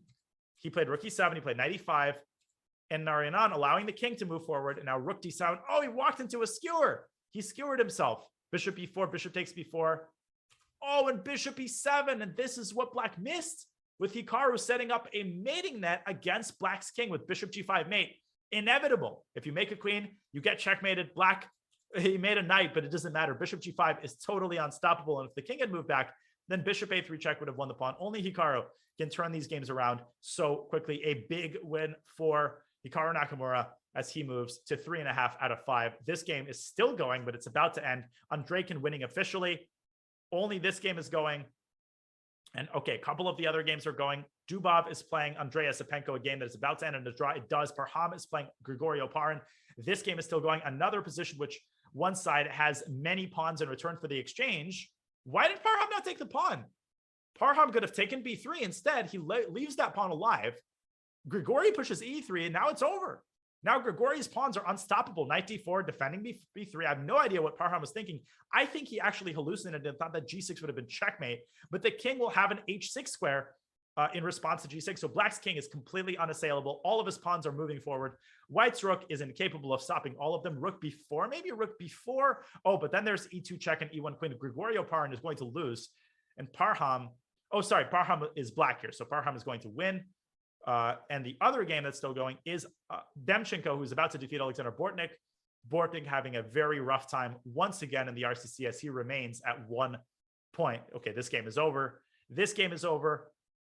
Parham is just pushing his pawns e2, h3. This is known in Russian chess literature as trousers. When there are multiple passed pawns on either side of the board, they are totally unstoppable. One last attempt by Parham as he loses another, by Grigori, as he loses another pawn. Parham, he's going to play b2, and then he's going to play h2, and he's going to promote to a queen, and he's going to win the game. And Parham Maksudlu with a big, big win, moving to 3.5 out of 5. That concludes round 5 out of 9. We've got 4 more rounds to go. We're over halfway through. Okay, one more game going. Demchenko putting the finishing touches on his win against Bortnik. He's up 3 pawns in the end game. It's all over. Yeah, and Demchenko with plenty of time to put the finishing touches on clearly a very nice game.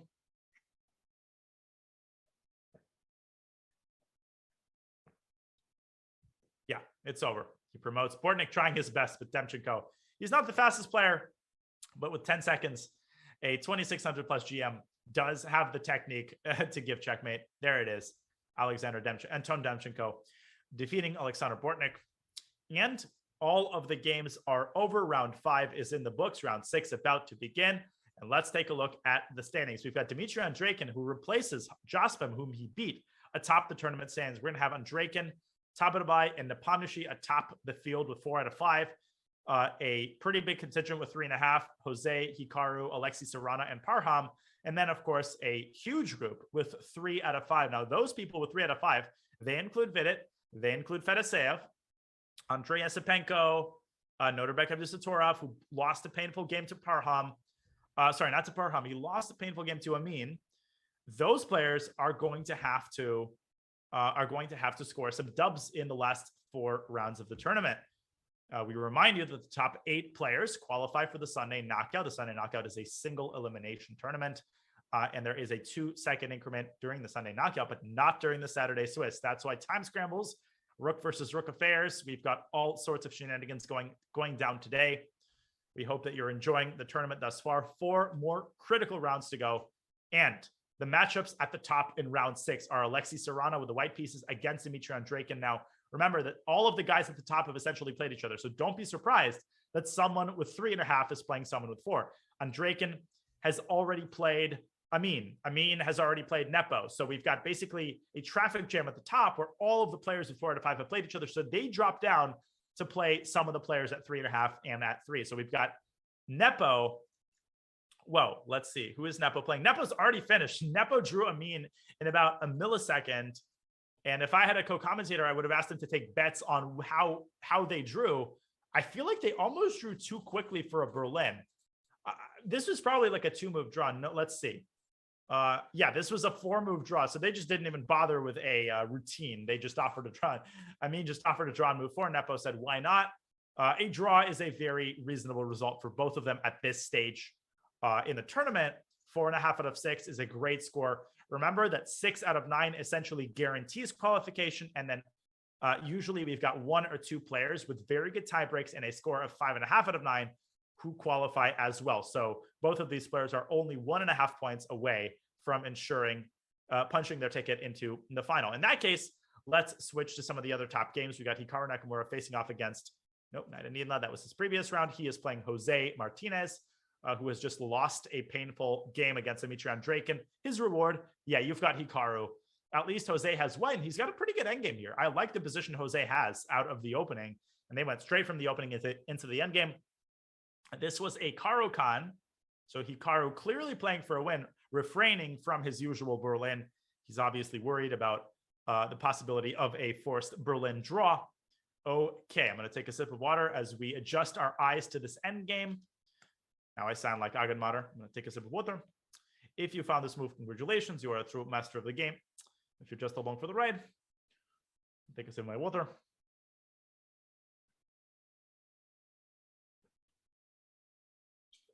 Okay. So what do we have here? Well, let's break this down. Starting with king safety. Well, king safety isn't as much of an issue because the queens are off the board. Both kings are pretty safe. Pawn structure. So this is where I think an instructive point is to be made. If you look at the pawn structure with an untrained eye, if you use the pawn islands method, which I personally think is really overrated, black has less pawn islands. Black has 2 pawn islands, right? This is like Antarctica. And this is like, I don't know what island to compare this to. Tiny little island. Black has 2 pawn islands and white has 3, right? Here's 1, here's 2, and here's 3. But if you actually look at what white's pawns are capable of, you will see that they're a lot more mobile than their counterparts. In particular, these A and B pawns, they might not look significant, but they are capable of wreaking havoc on black's position. A well-timed pawn break on the B file, a well-timed B4, B5 could cause a lot of problems on black's queen side. White's rooks are also very nicely positioned. They are well equipped for an opening of the queen side. So Jose is searching for a perfect opportunity to push b5 and chisel his way into black's position. The d pawn could shift upward to d4 to cover a lot of these squares, which could be weakened in the event that he plays b5. So if he plays b5 prematurely, Hikaru's knight on a6, which may look bad now, could become a beast if it jumps into c5. It could be attacking a lot of white's pawns at once. So a lot of tension under the surface here. The position is currently closed, but a very high probability that either Hikaru or Jose open things up one way or another. Hikaru, of course, he could be the one to open the queen side with c6, c5. But given where white's rooks are placed and given white's potential, this seems pretty inadvisable. The last thing I'll say about this position before we move on to some of the other games, as Hikaru tries to get his knight from a6 to b8 to d7, is that the e6 pawn is a pretty serious weakness, and black's king is currently tied down to that pawn.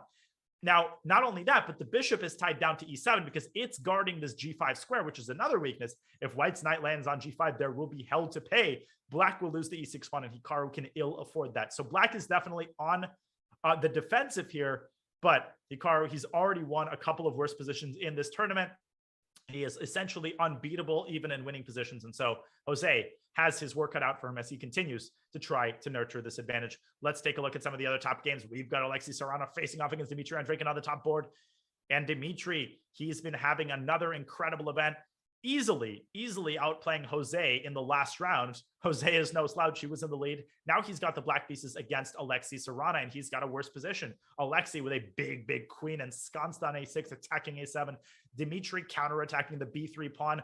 The structure is symmetrical, but white's pieces are clearly more active here. The queen, the bishop on f4 is slicing through black's position, not allowing a queen to move to c7. The knight on f3 ready to jump into e5. Its counterpart on d7 is completely restricted by the pawn on d4. So Dimitri's last move is clearly an attempt to activate his pieces to jumpstart the engine. And does he have an exchange sacrifice on f3? Ooh, I feel like rook takes f3 and bishop takes c4 has to be very seriously considered by black as a way to try to weaken white's king and turn this game around. Let's take a look at what the engine is saying. The engine is actually giving the crazy knight b8 as the best move, rerouting the knight to c6. That's actually a very understandable idea. The concept, the underlying concept is to improve your worst place piece, right? The knight on d7, as Hess would undoubtedly point out if he was sitting next to me, virtually speaking, of course, is that the knight is totally dominated by a pawn that is located 2 squares away from it. So this is black's worst piece. You got to improve it. How do you improve it? You reroute it to c6, knight b8. Queen takes a7 and knight c6, counterattacking the d4 pawn. The engine clearly frowning upon my pathetic attempt to get counterplay. And Dimitri is up to the task as he finds knight d7 to b8. And this is an indicator of good form. When you're able to find these difficult moves in critical moments, the only way to keep the balance. And now once his knight gets active, his position is healthy. And all of a sudden, it is Alexi who has to worry about keeping equality, because rook takes f3 could become an even bigger problem if the knight moves to c6, right? Because then it's not going to be a bishop that lands on d4, it's a knight. And a knight on d4 is a force to be reckoned with, because knight e2 is going to be a threat, 3 is going to be hanging, and that queen could get involved. So rook takes f3 is a scary prospect indeed. And losing d4 is also a scary prospect, because black's pieces will come alive. That rook on c3 is really active, regardless of whether it's going to sacrifice itself on f3. So Dimitri on Draken, it seemed to me like he was worse. Now it seems like Alexi is the one who has to play accurately in order to keep the balance. Rook a e1, so he's taken the knight on b8, but he's given up perhaps his strongest piece, the bishop on f4. And now Dimitri's bishop is pressuring the pawn on d4, keeping this knight confined on f3. So I think Dimitri is very much in control here. He's got a nice position. We will keep an eye as this game proceeds, both players with plenty of time. On board 3, we've got Jeffrey Zhang locked in an interesting endgame against Parham Maksudlu. Both of these players need to win desperately. Jeffrey has 3 out of 5. I mean, he's basically in a must-win scenario with the white pieces here. Parham with 3.5, a draw is fine for him, but he's worse. He is definitely worse here. He's got a very bad pawn structure on the king side. Jeffrey with a monster knight on d4, and this was a 4-knight scotch. So following in the footsteps of David Paravian, who's really been the only player in the RCC to consistently play the 4-knight scotch. And this seems to be working. I mean, it's been working very well for Paravian, who isn't playing today, and he's been incredibly consistent playing every RCC thus far, but even the Titans need a break. And Parham trying his best to control all of the weak squares, all of the infiltration squares. We will see if Jeffrey is able to make anything out of this endgame advantage. Back we go to Hikaru's game. Let's see how that endgame is proceeding. A lot of complex endgames in this round 5 of the Saturday Swiss. Okay, so what's happened here? Well, Jose, as we discussed, he's moved his queenside pawns up to b4 and a5. He's gotten his knights to f3 and f4. Hikaru, and he moves back to d3, and a repetition here is likely. The eval bar showing a pretty sizable advantage for white, but I will disagree with the eval bar here. I think a repetition is the likeliest outcome because neither side can really make progress. It's one of those situations where neither side wants to take too big of a risk because a draw is suitable for both players. And if anybody will play for a win here, I think that it might actually be Hikaru. And Hikaru could try b takes a5 and then c5. And at least optically, this looks pretty intimidating as this breaks up white's central pawn structure. The reason this is not as effective as it may appear, as we see Hikaru contemplating on camera, you can see that expression. Do I go for the win? Do I make a draw? I think Hikaru will repeat, and he does. King e8, knight f4, and a repetition here is on the cards. Hikaru contemplating the move knight f8, so maybe he'll go for it, but I really don't see why that would be good. But just to come back to the c5, just to finish my thought, as the game does indeed end in repetition, had he played c5, after the mass trade, he would have given up this incredibly important square on g5. And actually, in this case, he loses on the spot with rook takes c5 and bishop b4 as white's pieces come alive and the rook on c5 is lost. So I think both players making a very prudent decision So this game ends in a draw. Back to Andregan's game, and Dmitry has actually lost the pawn on d5. So somehow Alexei Serrano has snagged that pawn away from his watchful eye. How did that happen? So queen back to b5, queen d8, rook. Oh, and look at this move by Alexei Serrano. Rook f1 to e1, undoubtedly overlooked by Andregan. The knight on f3 is untouchable because of checkmate on e8. So Dmitry had to give up the pawn. But the good news for him is that his pieces are still very, very active. And for the moment, White's d-pawn is really not going anywhere. I mean, Alexei could push it up to d5, but it's just going to be blockaded by the queen on d6. And now White's king is going to land in quite a bit of danger with rook c1 on the cards as well. So I actually think for Alexei, a draw is not the worst outcome here. A trade on e5, so that's a pretty good development for Serrano, but I still think that the likeliest outcome is a peaceful one because these pawns on the queen side are also very, very weak. They're sitting ducks. Black is threatening rook c4. Alexei will probably end up losing one of those pawns. And in the endgame, Black's king is going to be a lot more active than its counterpart. So you can see the eval bar doesn't seem too concerned despite Black being down a pawn. I'm anticipating a draw in this game as well. Let's check into Jeffrey's game. How is this endgame proceeding as he continues to try to push Parham off the ledge here? He's got a pawn on g5, kicking away the knight, knight d7, attacking White's rook. And ooh, this is interesting. So rook takes d5 here, I think actually loses. Try this on for size, c6, right? The rook is trapped. Okay, but you can give a check on e1. And we're safe, right? We've got the d6 where no, you're not. The king migrates to c7, hitting the rook again. And this time the rook is actually trapped. What a cool structure here. What a cool construction as the rook has absolutely no escape squares. You don't see that every day. Black's pieces look so awkward, and yet they somehow combine in a symphony, in a beautiful synergy to trap White's rook. So Jeffrey cannot take that pawn. That pawn is poisonous. He has no choice but to drop his rook back to c3, but I still think he's better. He still has that big knight on d4. Parham still has problems with his activity, with the activity of his rooks. So I like Jeffrey's chances here as both sides time clocks continue to dwindle. What are the other top games? We haven't looked at Dubov's battle against Vidit, and what an interesting battle it is. Vidit seems to be in control of the game. Look at his pieces. Queen on c1, knight on e4. He's threatening queen takes f1 and knight d2. He's definitely on top here. Dubov is in big trouble. Both of these players with 3 points out of 5, essentially a must-win game for both of them if they want a serious shot at qualification. But Daniil Dubov is in dire straits here. Okay, so if he grabs the pawn on d5, he runs into the fearsome knight d2. He can defend the bishop with queen b5. So White is not totally lost just yet. But in this case, Vidit would bring his rook into the game with rook d8, threatening knight takes f1 and rook d1, pinning White's queen. So I don't see a clear defense by Daniel. He sees nothing better than to take the pawn. There's knight d2. He's going to play queen b5, or he might play queen d3. But look at this idea. And I admit, the computer, I needed the engine's assistance for this one. So what happens after queen d3? Well, you might come up with the idea of distracting the queen with rook d8, but this is wrong because queen takes d8 is checked. So Black's best move here is king up to g7, preparing the move rook d8. What an incredible prophylactic move. And there is no good defense against this devastating threat of rook d8. Also, do not forget that Black is a pass pawn on a5. So if White's rook ever moves away from a4, this adds insult to injury for Dubov. That a-pawn can rumble down the board, and in the event of an endgame, that a-pawn could decide the game. I think Vidit is going to win this game. I just don't see a way that Daniil Dubov, his clock is fading. He's got 2.5 minutes to Vidit's 4.5. I don't see a way that he saves this game. Let's see what happens here. But great winning chances for the incredible Indian Grandmaster, the crowd favorite, Vidit.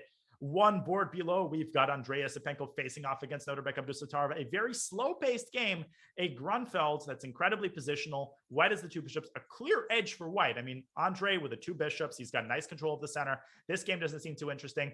I will keep an eye on this one. We'll check back into it if it gets into a time scramble. We've got other battles going on. We've got Maxim Vashelogrov trying to mount a comeback. He's on 50%. This tells you how strong the RCC is. He's on 50%. He needs to win all of the rest of his games. And even then, he might not be able to qualify, but he is going to win this pawning game against Dronabali Harika. And this is a very instructive position. Material is equal, but look at this pawn on c4. This is a concept that Jeremy Silman, noted endgame expert, refers to as the deep freeze, where one pawn is dominating 2. The c3 and b2 pawns are completely immobile. b3 and Black just takes it, and basically, it's a pawn up for Black. The G-pawn is going to promote, and Dronabali resigns her game. She's had a great tournament. She stays on 50%, and MBL jumps to 3.5 out of 6. But he has some winning to do in the next rounds. We will keep an eye on his comeback attempt. Vladimir Fedoseev also has dropped to 3 out of 5, also in a must-win situation, but he's got a hopeless position here against David Devar, the Czech Grandmaster, an incredible player. He has not played much in the RCC, so we look forward to watching his debut. This looks like a winning position for Black. Why? Because Black is up a pawn. Look at White's kingside. White's entire position is in shambles. Fedoseev's only chance is Black's clock. David is not the most experienced and not the fastest blitz player. He does occasionally experience problems with his clock. And just like Alexander Grishuk, that lack of increment on Saturday Swiss, it really, really hurts him. Knight d5 by Fedoseev. We've got an endgame, a winning one for Black. But how does David defend both of his pawns at the same time? He can't. He has to give one of them away. But which one does he give away? He's down to a minute and a half. I'm really, really worried for Black's clock here. Fedoseev is second to none in his ability to complicate even the most hopeless looking positions. We have a trade of rooks, a positive development for Vladimir. That rook on d2 was incredibly powerful. I'm calling it. I think we're going to see a flag here. I think we're going to see a flag in a winning position for David. He has to speed it up. He's got a minute 22, and he's nowhere near delivering the finishing touches on this game. So we'll keep an eye on what happens here. Back to the top game. Alexei and Dmitry are still playing out that rook endgame, and the rook endgame has gotten really sharp as both kings are attacking opposite flanks. And I actually think Dmitry has somehow found a way to generate very serious winning chances. Remember, he was the one who was a pawn down. I don't understand how he did this, but it's Alexei who now has to deal with the threat of king b4. King b4 will attack the pawn on a4. I think Alexei has to go rook e8 and meet king b4 with rook e4 check. No, not rook e3, rook e4 check. But after king a5, Dmitry will be threatening a fork. How does he defend against it? He's down to a minute and a half. This is a very dangerous scenario here for Alexei Sarana. Dmitry Andreikin is unbelievable. Even when he makes a mistake, he recovers immediately. He keeps generating chances. And look at Black's time management. Dmitry almost never gets into time pressure, even in the 10+0 Saturday Swiss. That's an often overlooked point. Something I want to ask Spenny about when he returns. It's something that's just not often talked about, time management, but Dmitry's time management is nothing short of divine. King g5 by Alexei as he goes for active counterplay. King h6, counterattacking the h7 pawn. What's going to happen? You can see the concentration, the consternation on their faces, full focus as Dmitry defends it with f5, defending the h7. But wait a second, rook h8. Rook h8, and then rook takes h7. I didn't like f5. I thought f5 was a bad move. Why? Because the g6 pawn has now lost a crucial defender. After Alexei takes on h7, he will be able to immediately take the g6 pawn with his king. We have a pawn in game. We have a pawn race. Buckle in, a5, g4. He's got to go g4. Don't go h4. g4, and we're going to have a simultaneous promotion. A simultaneous promotion when both sides are going to have one passer remaining, and it's not a dead draw. This is actually still a game, and now it's Alexei who has the more far advanced passer. If anybody has winning chances here, it is definitely White. And what does Dmitry have to be so careful about? The move queen b1 check, very tempting, but it would allow White to interpose with check as Dmitry offering a draw, and it's instantly declined by Alexei. So despite being down on the clock, he feels that he's got the upper hand here, and he is right. Dmitry has to be incredibly precise here. He's got to get his own pawn moving. King c4, queen f7 check, and he's got to put his king on the right squares, not allowing a queen trade. This is a minefield that Dmitry has to navigate here as Alexei trying to milk his clock down with a series of checks. King a5, queen d2 check. Alexei continues to hunt for a queen trade, but Dmitry so far defending very accurately. King a4, queen d7 check. Don't miss a skewer. There it is. King b4, correct so far by Dmitry. Another check on e7. The time situation starting to equalize. King c4, chiseling his way is the white queen. Queen e6 check, queen f5 check. We've seen this before. Dmitry is defending super well. He's not missing anything, and he is ready to get his own pawn moving. So I'm anticipating g5 by Alexei. He plays it. Dmitry has to move his own pawn, and he does. King h7, paving the way for g6. I think Alexei's going to win this game. I think Alexei's going to win this game, despite the eval bar. This is so hard to defend. Dmitry has to find the right checks, but he goes king a4. That was the correct move. Here comes his own pawn. We've got another pawn race, this time with queens on the board. What an interesting game. Queen e7. This is the top game. A lot rides on the result of this game with Dmitry on top of the tournament with 4 points. But if Alexei can beat him, then everything descends into chaos. King c4. Can Alexei get his pawn promoted before black? Queen e6 check. King c3, he continues to check, but he's not making any progress. And Dmitry is making sure not to step in front of the pawn with his king. That's the critical point. As long as he doesn't step in front of the pawn, he's got the potential to play b3, but there's king f6. And now he has to find queen c6 check, and he does. And Alexei down to 20 seconds. He might have to make a draw. He might have to bail out as Dmitry continues to check him. Queen d7 check. Here we go. King F8. No, but I don't see a way for white to make progress. Now the problem is, even if you trade queens, black is in time to push his b pawn down the board. No, he's not, because white would have promoted with check, queen f5 check, but Dimitri sees it. 11 seconds for Alexei. He's got to make a draw. He's going to get flagged. He's got to play queen f7 check, and he does. And now Dimitri's the one trying to flag, and queen d5. You can see Dimitri trying to extend this game as long as he can. If he avoids a queen trade, he might be able to flag him. If he avoids a queen trade, he might be able to flag Alexei, but I think he's going to give him a draw. Knowing Dimitri, he's going to give him a draw. And what a gentleman's move. No, Dimitri now says, hey, you didn't take it the first time. I'm going to flag you. And Dimitri, he gave Alexei a chance. He offered a queen trade, but Alexei declined it. He pre-moved. And now Dimitri says, hey, you don't want to trade? I'm flagging you. And Alexei with 0.1 seconds, and he gets flagged. An incredible result is Dimitri on Dragon. He wins it. Alexei overpressed. He didn't pay attention to his clock. And Dimitri absolutely merciless as Jeffrey Zhang. He did end up converting that endgame against Parham Maksudlu. And that concludes the rounds from a scintillating round 5. Oh my lands. What a result as Dimitri Andreikin solidifies his lead over the tournament. And he's on 5 out of 6. He's all alone with Hikaru winning a big game to get to 4 out of 6. We're going to go on a very, very short break, ladies and gentlemen. Give the players a breather. When we come back, we will have round 7 coming your way in just a couple of seconds.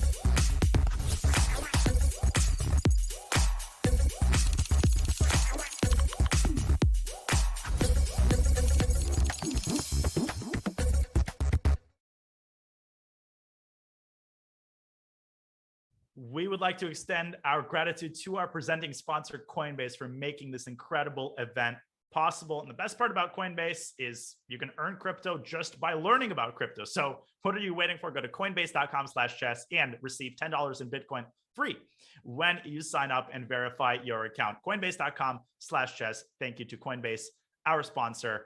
And another incredible Saturday Swiss is in the works with 3 rounds to go. We've got Spenny Thompson in the studio once again to give us the chat's perspective. Spenny, as round 7 gets underway and as the first moves are being made, your thoughts so far? What's on your mind as you're watching these games? Well, first of all, I'd be remiss if I didn't relay the collective joy the chat is feeling and the collective compliment they're all giving you, especially towards your energy and just bringing such a liveliness to this event, which is no easy feat, especially as a solo performer. So big kudos to be awarded there. Mm-hmm. I appreciate it, Ben.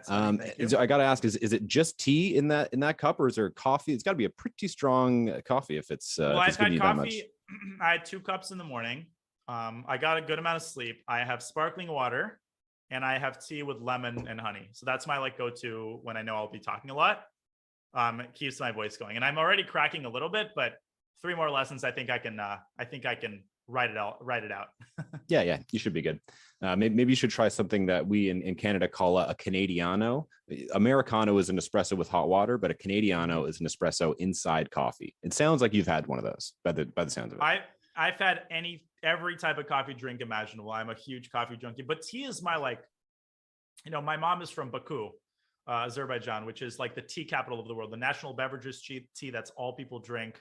So I inherited that. I love tea. And I like it more than coffee. I drink coffee because I have to. And I've grown to like different types of coffees. I grind my own beans now. I've fallen into that whole snob world. But at the end of the day, tea is my favorite. All right. Well, stay tuned after the stream for a 3-hour coffee talk with Danya and I. No, kidding. One little bit of chess. To bring it back to chess, we've seen quite a few very satisfying moves, very, very slick, sexy moves. Some that come to mind is Hikaru setting up a mating net while allowing his opponent to promote. How beautiful is that? And the other one was, I forget which game it was, but allowing the rook sacrifice with check, just because you're so confident that you can continue to win it after that. Those are just so satisfying to see. So what exactly makes a move satisfying? Well, I think it's the sort of violation of instinctual principles, right? I've been reading this book by a neuroscientist. I don't remember what it's called. It's about system 1 and system 2. These like 2 parts of your brain. One is this automatic part that says go when the light turns green, and then the other is what's operating when you're calculating a complicated position. So when you see a move like bishop e7, right, your system 1 is like, what the heck? Like, you're allowing promotion. How can this be? And that's what gives a move beauty. It's the fact that, yeah, you allow your opponent to make an entire queen, and it's an end game, and yet there's still an unstoppable checkmate. At least that's one way to look at it. And that's one aspect of it, Spenny. What do you think about that? Yeah, I think it's the counterintuitive nature of it, and just the I think the ability to just give up material like it's not yours, and just that freedom and willy-nilliness with your pieces is just shows such confidence and foresight that you know that it doesn't matter if my opponent gets its queen. There's nothing they can do with it. That's just moves to make you go, ooh, get him out of here. You know, I mean, sacrifices are so.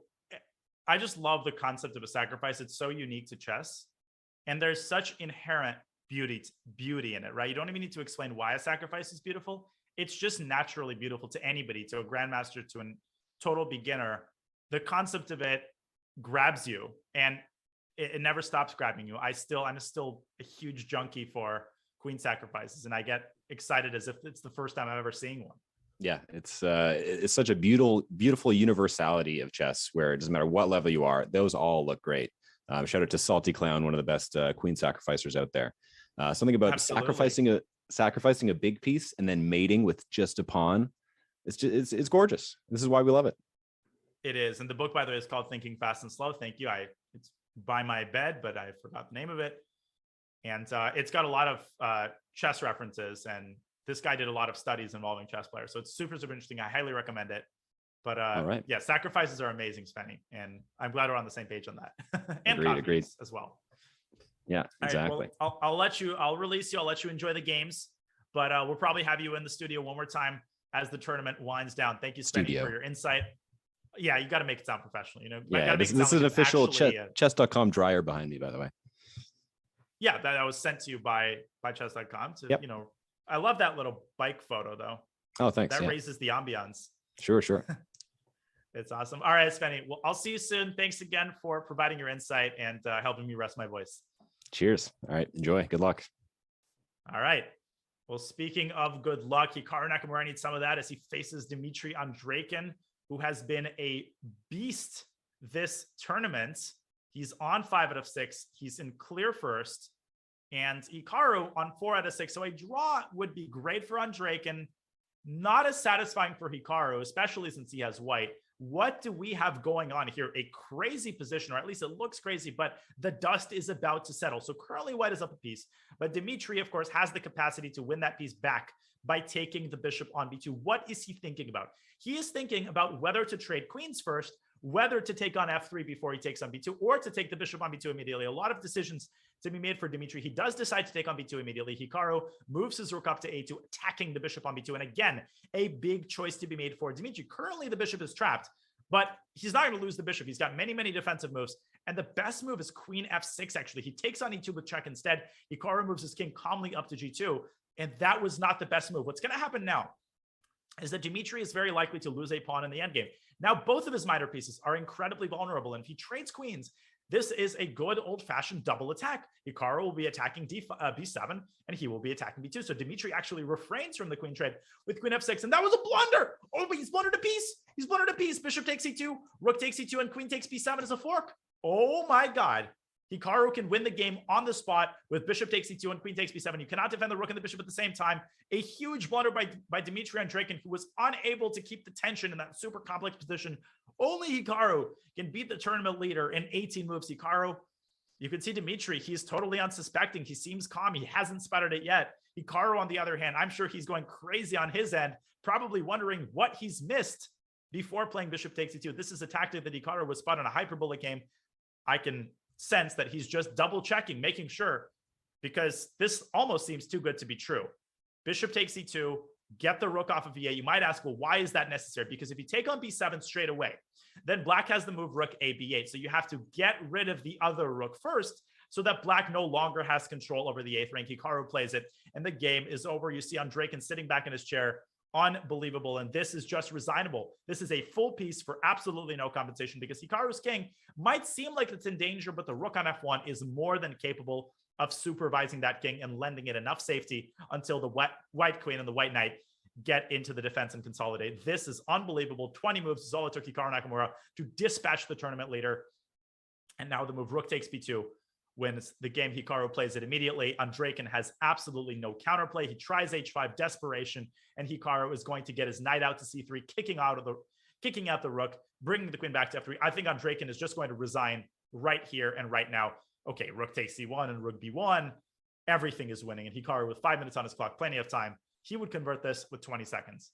This is incredible. So a blunder by Dmitry Andreikin, a very costly one, but he's going to drop back to 5 points out of 7. He's still going to be at the top of the tournament, but Hikaru is now going to join him. A huge result. We're going to wait for this game to end. Hikaru stops the progress of the h-pawn with h4. I'm expecting resignation any second by Dmitry Andreikin, because against somebody else, he would try to swindle, but against Hikaru, you know that that's not happening. Queen d5 as he continues to make moves. Probably just inertia is carrying him forward. He can't believe that he blundered a knight that early in the game. Rook b1, offering a trade of rooks, essentially pushing black's rook away from e1, and there it is. Andreikin resigns the game, and what a result as Hikaru raises his fist. A big, big result for him.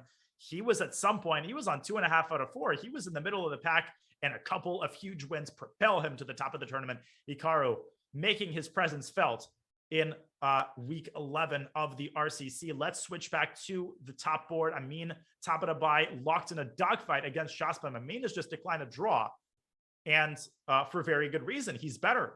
Amin is better because he's got a beautiful knight centered on d4, blocking black's d-pawn, and Shaspam with just a little bit of flimsiness on his king side, although both sides have created that weakness with g6. I wonder if they used to have bishops fianchetto. Neither side actually fianchettoing their bishop. It just so happened that they played g3 and g6 to create Luft. Okay, so let's see. So Amin trying to nurture and nurse that small advantage that he has. Queen b5, nice move. You can't take the queen because if rook takes c8, check, intermezzo, and then you take on b5. Jose will have to drop his queen back to a8. He basically has his back to the wall here. But let's have a look at some of the other top games. We got a fascinating matchup here. Jan Nepomniachtchi is taking on Jeffrey Zhang. Both of these players on top of the tournament as well. Jan with 4.5, Jeffrey with 4. So for Jeffrey, a win with the black pieces here would be a huge result. And for Jan, if he wins this game, Jan will be, I think, in clear first with 5.5 out of 7. Although Amin, the other player, 4.5, and he's also in a good position. Now, this looks amazing for white. It looks like white's got a huge attack, but I don't see anything concrete. And Jeffrey's actually threatening checkmate. Look, would you look at this? H takes g4, discover checkmate, because the king does not have an escape square on g1. So it makes sense to take on d4, but that is actually a very bad move, because rather than taking back, Jeffrey will play h takes g4 anyway.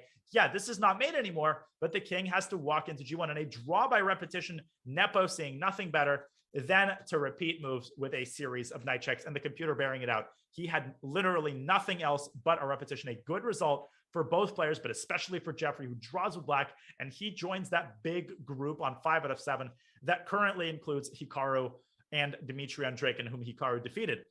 Almost all of the top games are already over. We have Parham still playing, and we have a little bit down. We have Vidit and Andrei Esipenko, both players with 4 out of 6 currently, so they can also join that big group. We're going to have a really, really big group on 5 out of 7. So we are in for a great finish in the last 2 rounds. Okay, so what's going on here? This looks like a pretty balanced position. as Vidit, I think he has a nice knight on e5, but look at Andre's minor pieces. They're both anchored in on b5 and d6. So it's very, very hard to actually create any chances, anything concrete against Black's pieces. The queen moving back to a4, both sides poking and prodding, the eval bar giving total equality here, and that makes sense. Neither side with any clear plan of action here, as Andre is trying to harass Vidit, attack that a5 pawn, and if you play queen c3 to defend it, then you drop f4. So queen a4, a very nice practical chance, as both sides are trying to win this game desperately. They cannot really afford another draw. You need at the very least 5.5 in great tiebreaks, but 6 out of 9, that is the magic score. That is what all of these players are aiming for. And he's played queen c3 and he blundered a pawn. Or did he? No, but he can take back c7. Queen takes f4, queen takes c7. Oh, queen back to b4. That wasn't the move. Apparently, Black had the incredibly strong move, queen d2. What a move this would have been, attacking the rook. Completely fell out of Andre's field of vision. And if the rook moves away, then queen d4 picks up the knight. That would have yielded a big advantage for Black. But instead, Andre rushing with queen b4, and Vidit is once again in good shape after rook e1 to d1. Yeah, this is the point. Rook d1 stops queen d4. If you compare this to queen d2, rook d1, here, the queen has this additional forking square on e3. That is the difference between queen b4 and queen d2. And these small nuances, that is what make the difference between a win and a draw, as Vidit finds rook d1, keeping his knight safe. And if anyone is better now, I actually think it's white. The knight on d6 has lost its support. The queen is not a good defender. White is threatening knight e5 to c6, which would dislodge the queen from b4. So Andre is actually in a little bit of trouble here. Vidit also is threatening queen takes d6, therefore king g8. Now I'm expecting knight c6, and Vidit winding his tentacles around Black's position. He's up on time as well. He's got pretty good chances at this one, I think, to win the game. So we will keep an eye on this game. Let's go back to Amin's game against Jose. And this is turned around. Look at this, knight d2. Oh my goodness. And Jose is going to mate him down in exchange. Unbelievable. How did this happen? Amin was completely in control as far back as 4 moves ago. Amin infiltrating with rook c6. And what a move. Queen a7 by Jose, completely missed by Amin. And I think Amin at this point was thinking, hey, he's going to take my rook. I'm going to take on d5. I'm going to be a pawn up. But no, Jose taking on d4. Amin had to find the move queen b6. He did. After queen d3, he lost his mind. He had a draw with several different moves, such as queen d8. The point is that you cannot allow knight d2 because this sets up a mating net, and queen d8 would have prepared the response queen f6 check. But instead, Amin, he goes rook d8, and after knight d2, he doesn't have a single check against White's king. A huge blunder. He's going to lose, and Jose is going to get back to the top with 5 out of 7. A huge result with queen f1, totally unstoppable. Amin, he has to go on the run with king h3, so it's not checkmate just yet. But after queen f1 check and knight f3 check, Black is going to hunt the king down one way or another, by hook or by crook. Let's watch whether Jose can put the finishing touches on this game. He doesn't have forever. He has 2 minutes and 20 seconds. So he has to be accurate here. The eval bar and the engine pointing to queen f5 check or queen f1 check. Queen f3 check is very strong.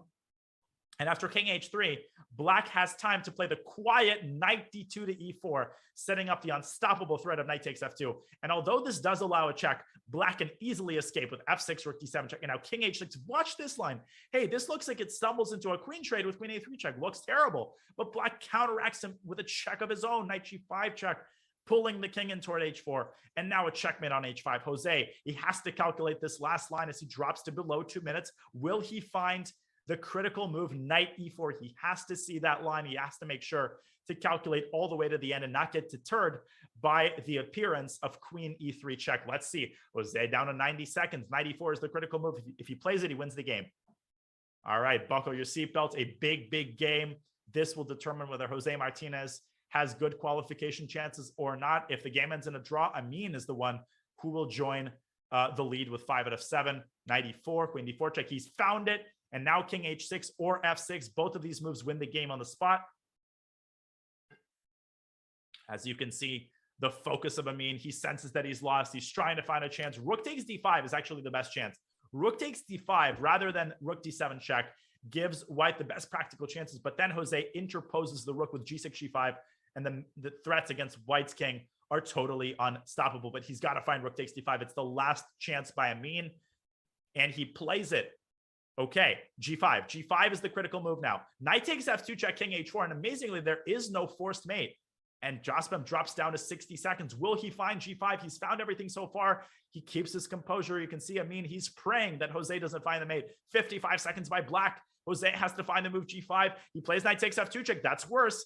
That is not quite as convincing after King H4. Look at how White defends all of the mating squares. This is incredible. And G5 check meets with Rook takes G5. Jose comes back to E4. Now Amin is going to drop back to H3. And once again, Jose is going to have to find the move G6, G5 in order to cover the H4 square and set up the devastating threat of knight F2 check. I think he's going to find it. I think Amin is searching for other moves, but there are no other moves. Black is actually just threatening the move G5 check, followed by knight F2 check, and White will have to give up his queen. This is completely lost. Jose has enough time to win, and he is going to join this big group with 5 out of 7. And it appears that nobody is going to have 5.5 out of 7. Amin had a great chance. And I think Jeffrey also had a good chance, but he lost his game. Or no, Vidit has 4. So there's just going to be a huge log jam at the top with 5 out of 7 as Vidit. He is still locked in this very double-sided, double-edged battle with Andrei Sapenko's. Both players dropped to below a minute. But wait, let's switch back to the Amin game. I want to see if Jose finds G5. He does. He plays G5, and he has plenty of time. And this is checkmate, whichever way you look. King G4, there's H5. Amin has to give up his rook on G5. That's the only way to stave off checkmate, but not for long. It only staves it off for a couple of moves. I think he simply might resign here. And Amin, as he pulls his shirt over his face in consternation, Queen G4, he tries his best. If Jose had 5 seconds here, we'd be talking. As it stands, anything wins. Black is up all night. Black is mating. Queen D5. This is Zugzwang. Queen D3 is winning. Anything. H6. Yeah. Basically just exhausting White's queenside pawn moves. And okay, he just goes F5. Knight F3 is coming next. And that is finally going to quash White's resistance. Jose, a huge win. And he joins the lead with 5. Amin is just going to resign right here and right now. We're going to switch back to Vidit's game in just a second, as that game also can decide who enters the top. But let's wait for Amin to resign. Okay, knight F3 check. It's over. It's made. Amin resigns. Back we go to Vidit's game. And Vidit's got a pawn on E7. He's going to win. Vidit is going to win. Or is he? Bishop E4, counterattacking the queen. His king is in danger, so Andrei has chances connected to White's king. But if Vidit just drops his queen back to E2, which he does, Black has no checks and no way to stop promotion. Vidit's going to have 2 queens. He's going to win the game. 8 seconds for Andrei. Andrei is going to be kicking himself. He had a big chance earlier that game with the move Queen D2. He didn't find it. And ever since then, Vidit has been on the upswing. Andrei lets his clock run out, but he had no chance here. He loses the game. A huge win for Vidit, who moves up to 5 out of 7. We've just got a couple of games going. Dronavali Harika. Oh, David Paravian was playing. A correction. I said he wasn't playing. He's just having himself a really rough tournament. And I think Dronavali is going to win this game. He's got 5 seconds. This is a pretty easy flag. But don't repeat. Dronavali has to avoid repetition, and she does. She just has to keep pieces on the board. She just has to keep pieces on the board. This is a draw, but David is not going to make it. He's pre-moving. He's trying to draw this, but Dronavali just has to move her pawn up at the right moment in order to avoid repetition, and that's exactly what she's doing. She knows how to flag this, and she makes it happen. An excellent performance from Dronavali Harika, who is at 50%, which in the RCC is an incredible score. She's on 4 out of 8, and she beats David Paravian, who... This just shows you how incredibly strong the RCC is. 1 second, you could be in the top 8. The next, it could be down below, at the bottom of the tournament. That's what makes this so incredible. Round 7 is in the books, ladies and gentlemen. And round 8 is about to start. We've got 2 more rounds. We've got a huge group on top with 5 out of 7. 5 players to be specific. Hikaru, Vidit, Jose, Andreikin, and Jan Nepomniachtchi are all sharing the lead at 5 out of 7. And then there's a huge group with 4.5. So nothing has been decided yet. Even some of the players with 5 could very conceivably not qualify if they lose their last 2 games. Even if they get half a point out of 2, you need really good tie breaks to qualify with 5.5 out of 7. So everything is on the line. Don't go anywhere. Keep your seatbelts fastened, because we're about to have round 8. And I'm curious who Hikaru is going to play. I think it's likely that Hikaru plays somebody he hasn't played. Well, obviously he's going to play someone he hasn't played before. I don't think he's played Nepo. So I'm wondering if Hikaru will play Nepo, and we might see some quick draws. Yes, Hikaru is playing Nepo. We might see a Berlin draw. Don't rule out a Berlin draw. Both players could be satisfied with a draw, but that would essentially mean they need at least a draw in the last round to guarantee qualification. Will we see a Berlin draw? I'm voting Berlin draw. I'm going to drink my water and watch. No, Nepo going for an Italian, signaling his intentions. I love it. I love it.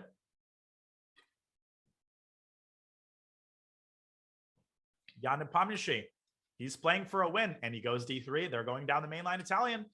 And Jan Nepomniachtchi wants to win this game and essentially ensure qualification going into the last round, because he will have the black pieces in the last round and his opponent might not be peacefully inclined. Okay, so we're going to have ourselves a game here between Nepo and Hikaru, one of the most interesting matchups in all of chess. This is a game we're going to keep a very, very close eye on, just to give you a sense of who else is playing some of the other matchups. You got Jeffrey on board too, facing off against Jose Martinez. Jose dropping down to play Jeffrey. He's got 4.5 and essentially needs to win this game. If he draws this game, then he will need to win the last round of the black pieces, which is a lot less like. He's got G4. What an incredible opening as he tries to hunt down Jose's E4 pawn. I don't even know what opening this came from. Oh, I apologize for that. Okay, I don't even know what opening this came from. This was an English, a symmetrical English that went absolutely haywire, E4 and ID5. I've seen this line before, G6 and G4, not a move that you see every day. So Jeffrey is weakening his king side, but he has his eyes focused on Jose's E4 pawn. So a super fascinating opening, and probably a lot of time is going to be spent by both of these players as they're definitely both out of book. So we're going to keep our eye on this game as well. In the meantime, Dmitry Andreykin, he's went the route of making a quick draw. So Vidit and Andreykin making a very quick draw. Both of them are on 5.5 out of 8. So both of them will likely need at least a draw in the last round to secure their ticket to the finals. Okay, so Vidit and Andreykin drawing. Hikaru is playing Jan, and Jose is dropping down to play Jeffrey on 4.5. So those are our top games. Let's switch back to Hikaru. And in the meantime, a lot of moves have already been played. Now, this is interesting. Hikaru actually offered to draw, and Nepo declined it. So Jan, you can tell he wants to win this game. He wants to defeat Hikaru, but I think black is a super solid position. Knight c4, Nepo hunting for that bishop on b6. Can he get rid of it? If he gets rid of the bishop, then his king will breathe a lot easier. That bishop on b6 is responsible for a lot of tactical problems that White's king experiences in the Italian. You can see that Hikaru has gotten his knight to g6 in very typical fashion. There's been a bishop trade on e6, so the light squared bishops are gone. Now, what happens if Hikaru takes on b5? I think what Nepo was saying is, yeah, I'm giving up the pawn, but watch, after knight takes b6, queen takes b6, bishop e3, what black's queen is kind of stranded on the queen side. It has no clear way to make its way back to the king side, back to the center. Obviously, queen c6 runs into d5, and queen b5 runs into rook a b1. And the queen can get its way back to the center, but that would mean giving up the b7 pawn and giving White a lot of queenside pressure. So I really like what Jan has just done here. The move knight c4, a lot of moves have been played. So Hikaru did take b5, and that trade happened, and Jan has won back the pawn on a7. White is definitely better here, but can Jan carry this all the way to victory? He's got 8 minutes and 40 seconds. He's playing almost instantly, and so is Hikaru with 8 minutes. b5. I thought b6 might have been a little bit more prudent. Now I think Hikaru might lose the b pawn. I think Hikaru might lose the b pawn. Rook takes c7 and queen a5. b5 was a serious mistake by Hikaru. The move b6 was much better. I don't know if this was a mouse slip or what, but Hikaru has just blundered his pawn on b5. Nepo is going to win this back. And wait a minute. I apologize. Nepo did not win any pawns back. So he's going to win this pawn back, and material is going to be equal. But White is still much better, because once this pawn is gone, look at how White's heavy pieces are going to be poised for a queenside invasion. Queen a7, rook b7, all of this is going to be streaming in, and that's going to be major trouble for black. So rook takes b5 is coming.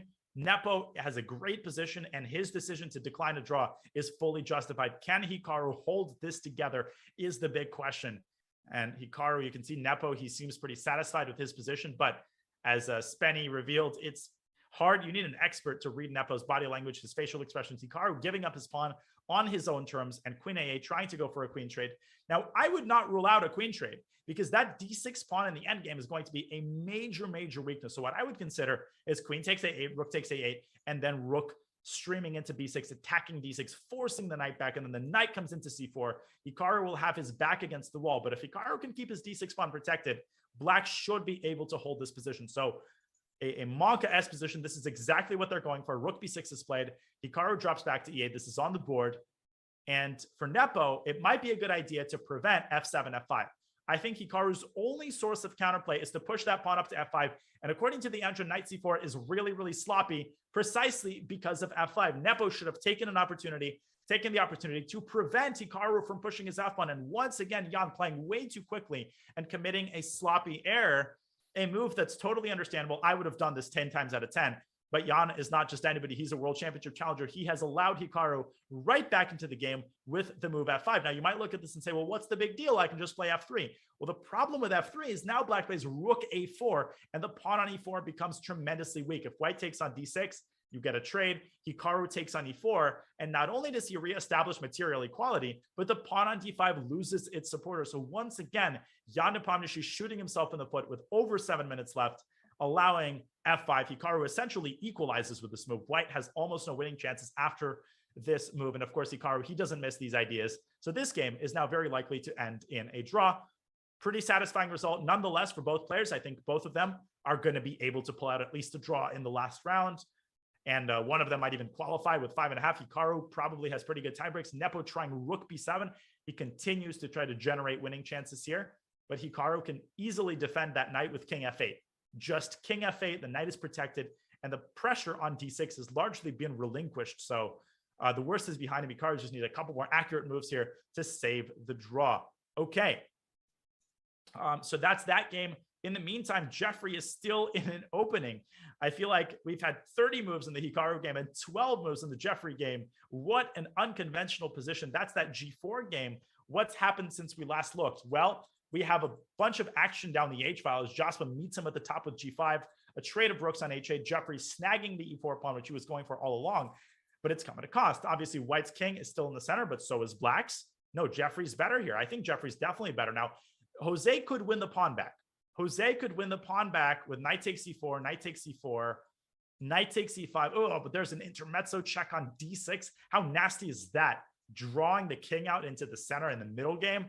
This looks really nasty for Jose, and he can ill afford to lose this game. If he loses this game, he's essentially going to have to win the next one because his tiebreaks are not that great. So Jose with his back against the wall, a critical game. Jeffrey has to win it to get to become relevant again. A draw is not satisfactory for him. So anything could happen here. Dropping down to board 3, we've got Alexei and Amin locked in a Rogozin here with, I think, a slight advantage for Alexei Serrano. Not a particularly interesting position. We've got a material balance, bishop and knight against bishop and knight. We've got a tight battle over the center as Black might try to involve the C pawn up to C5. So interesting kind of positional situation here, but pales in comparison to some of the other games that we have here. Let's check back into Hikaru's game. And if anything, I think Hikaru is very close to reclaiming the advantage here. Sounds crazy, but I think if anybody is now playing for a win, it actually might be Hikaru. He's played rook a4, knight takes e5 by Nepo, sacrificing the piece, and a move that was accompanied by a draw offer, but I don't like that at all. What if Hikaru takes on e4? Now, he's obviously not going to take on e5 because of bishop c5, winning back the knight. But if Hikaru takes on e4, I feel like only he can win, and he declines the draw. What has Nepo done? Nepo loses the d5 pawn. He's tilted this away completely, and now it is White who has to struggle for the draw. A very, very poor stretch by Nepo. Rushing and not playing objectively, and had he simply played knight d2, the position is still equal. I don't see a clear way for Hikaru to put pressure. Knight d2, knight f6. Now he's got the move rook a7, rook b4, and what Nepo probably missed here, understandably so, by the way, is a very nice defensive resource, rook a and rook a7. And if Hikaru takes on e4, then after knight takes c4, rook takes e4, bishop b6 would have secured the draw because of the threat of bishop d8. But that was a very difficult defensive mechanism. Instead, Nepo has to accept a pawn down endgame, and now Hikaru has very serious winning chances. What an insane turnaround. Nepo had absolutely no losing chances, no risk. He was the one who declined a draw. Now Hikaru declined a draw. And if Nepo continues to play like he's played in the last 10 moves, there is no way he's saving this. And he's also clearly upset. And Hikaru feels confident. He's up on time, and he's got winning chances. Rook e7 here would actually tie down the knight. He's played it. And this is simply unbelievable. What a turnaround. Nepo can ill afford to lose this game. If he loses, he drops down to 5 points and basically puts himself in a must-win situation with the black pieces in the last round. Rook b8, offering a trade of knights. Rook takes d7, rook takes e8 check. Okay, the position simplifies. Now Hikaru with a clear extra pawn. Now this should be a draw. Obviously, with accurate play, White's got a nice bishop. That bishop could travel to d4 and blockade the d pawn. So Nepo should be able to save the draw. But given that he tends to be sloppy sometimes in these situations, I'm a little bit worried about his chances here. Bishop h2, and he's allowing the pawn to move forward. Moment, drink of water.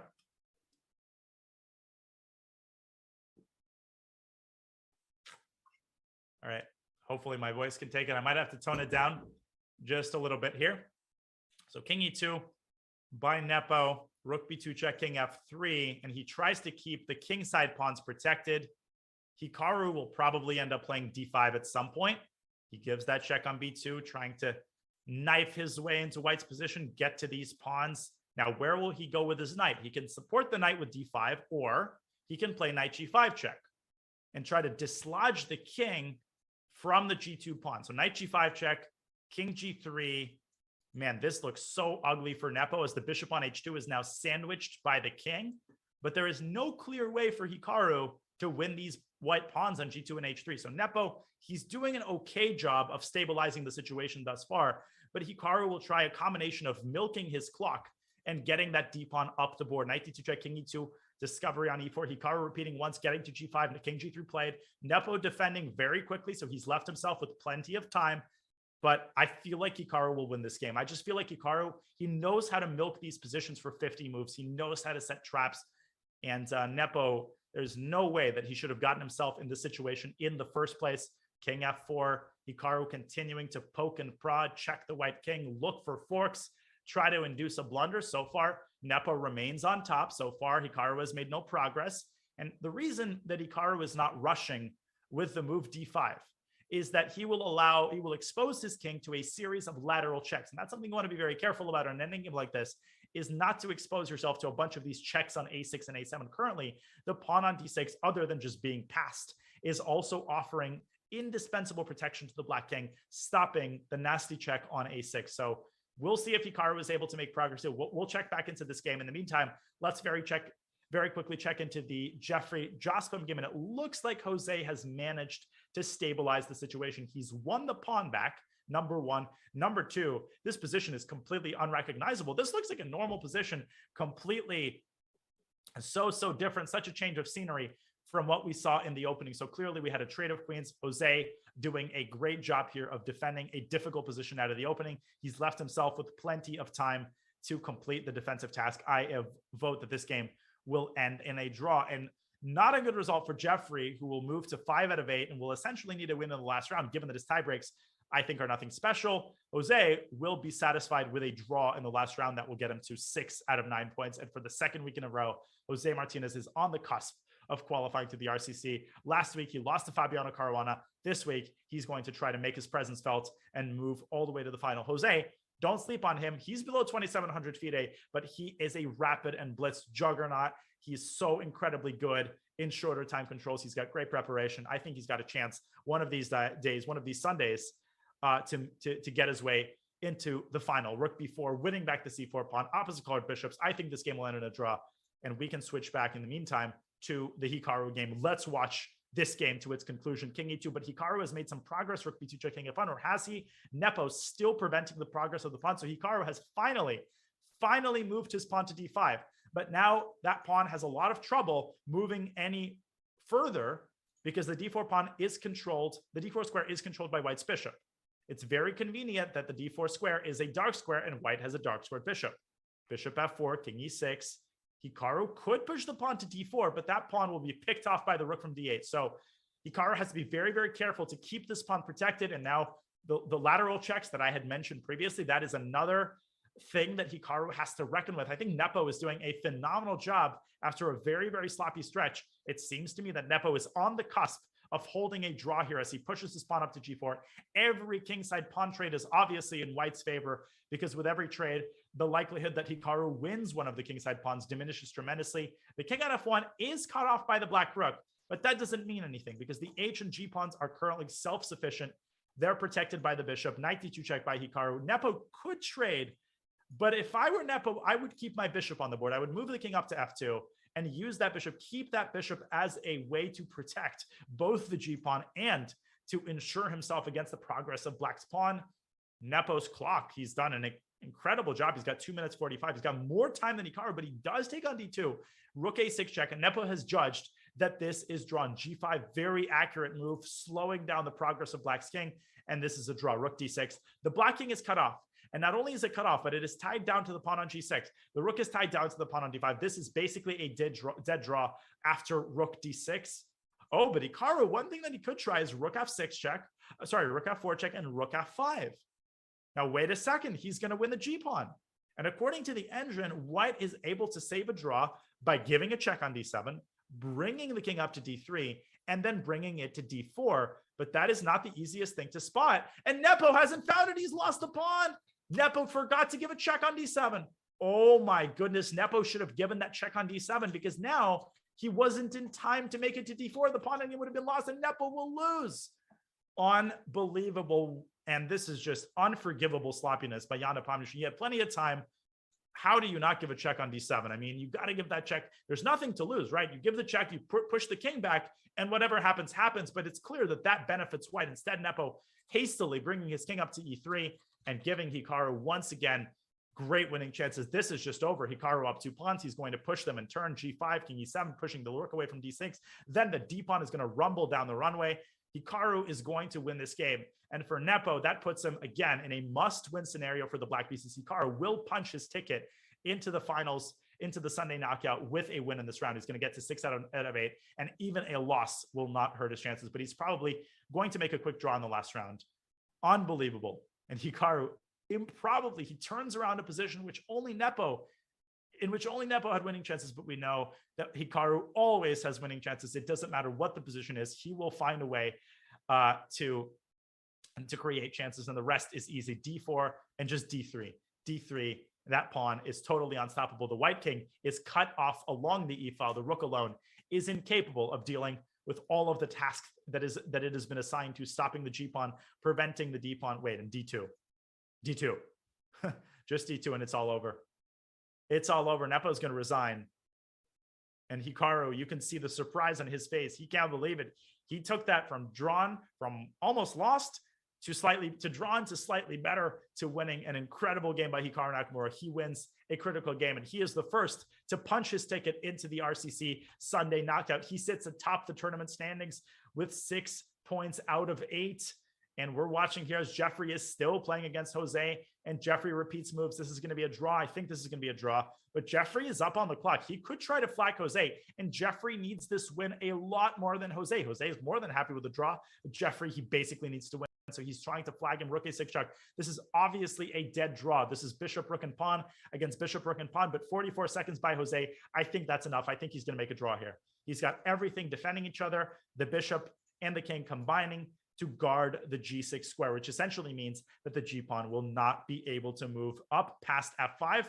Jeffrey trying his best. He's trying to ensnare the king in a mating net, but Jose, he wasn't born yesterday. That was a paper tiger. Bishop g6 covering the check. Jose just has to move fast. A3 pushing his pawn. Ooh, but he's okay. So trade, and this is a draw. Yeah, there's no way that Jeffrey will be able to flag Jose in this position, or so I would imagine. Bishop e4, a little bit careful. The rook is okay, precarious, king f5, but he's okay. He's holding. Rook a3, getting that rook out of there. And this is going to be a draw.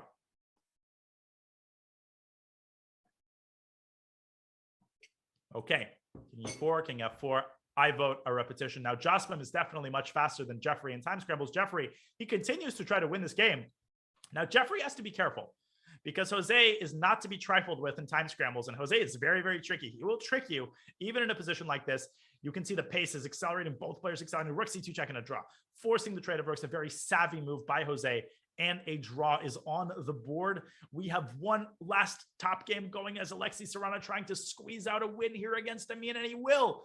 I think he will. He's going to flag him. Now, this is objectively a draw. This is a theoretical draw, but look at the clock, 14 seconds by Amin. Even if Alexei were to lose his pawn, he should still be able to milk a win out of this, but he still has his pawn at king g8 and Amin with a mistake, a very instructive mistake, allowing f7. The move here was king back to h6. This is the only draw in this position, not easy to play. And Amin is going to let his time run out. A big win for Alexis Serrano, who jumps up to 5.5 out of 8. And with a draw in the last round, Alexei will punch his ticket as well. That concludes round 8. We've got one more round to go in the RCC presented by Coinbase. Ladies and gentlemen, everything is yet to be decided. Hikaru is the only one who has guaranteed himself a ticket to the Sunday knockout. Everybody else will have to prove their mettle, to prove their nerves in the last round. So don't go anywhere. I'll take a quick breather. We'll be right back with the last round of the RCC presented by Coinbase. In a world where only one can be the world Hess champion. Now anyone can become a chess.com world champion. Chess.com announces the Chess.com World Championship. With $1 million in prizes. With the world's best chess players. What? He mouse slips. He mouse slips. Against Robert Hess's will, now anyone will become a chess.com world champ.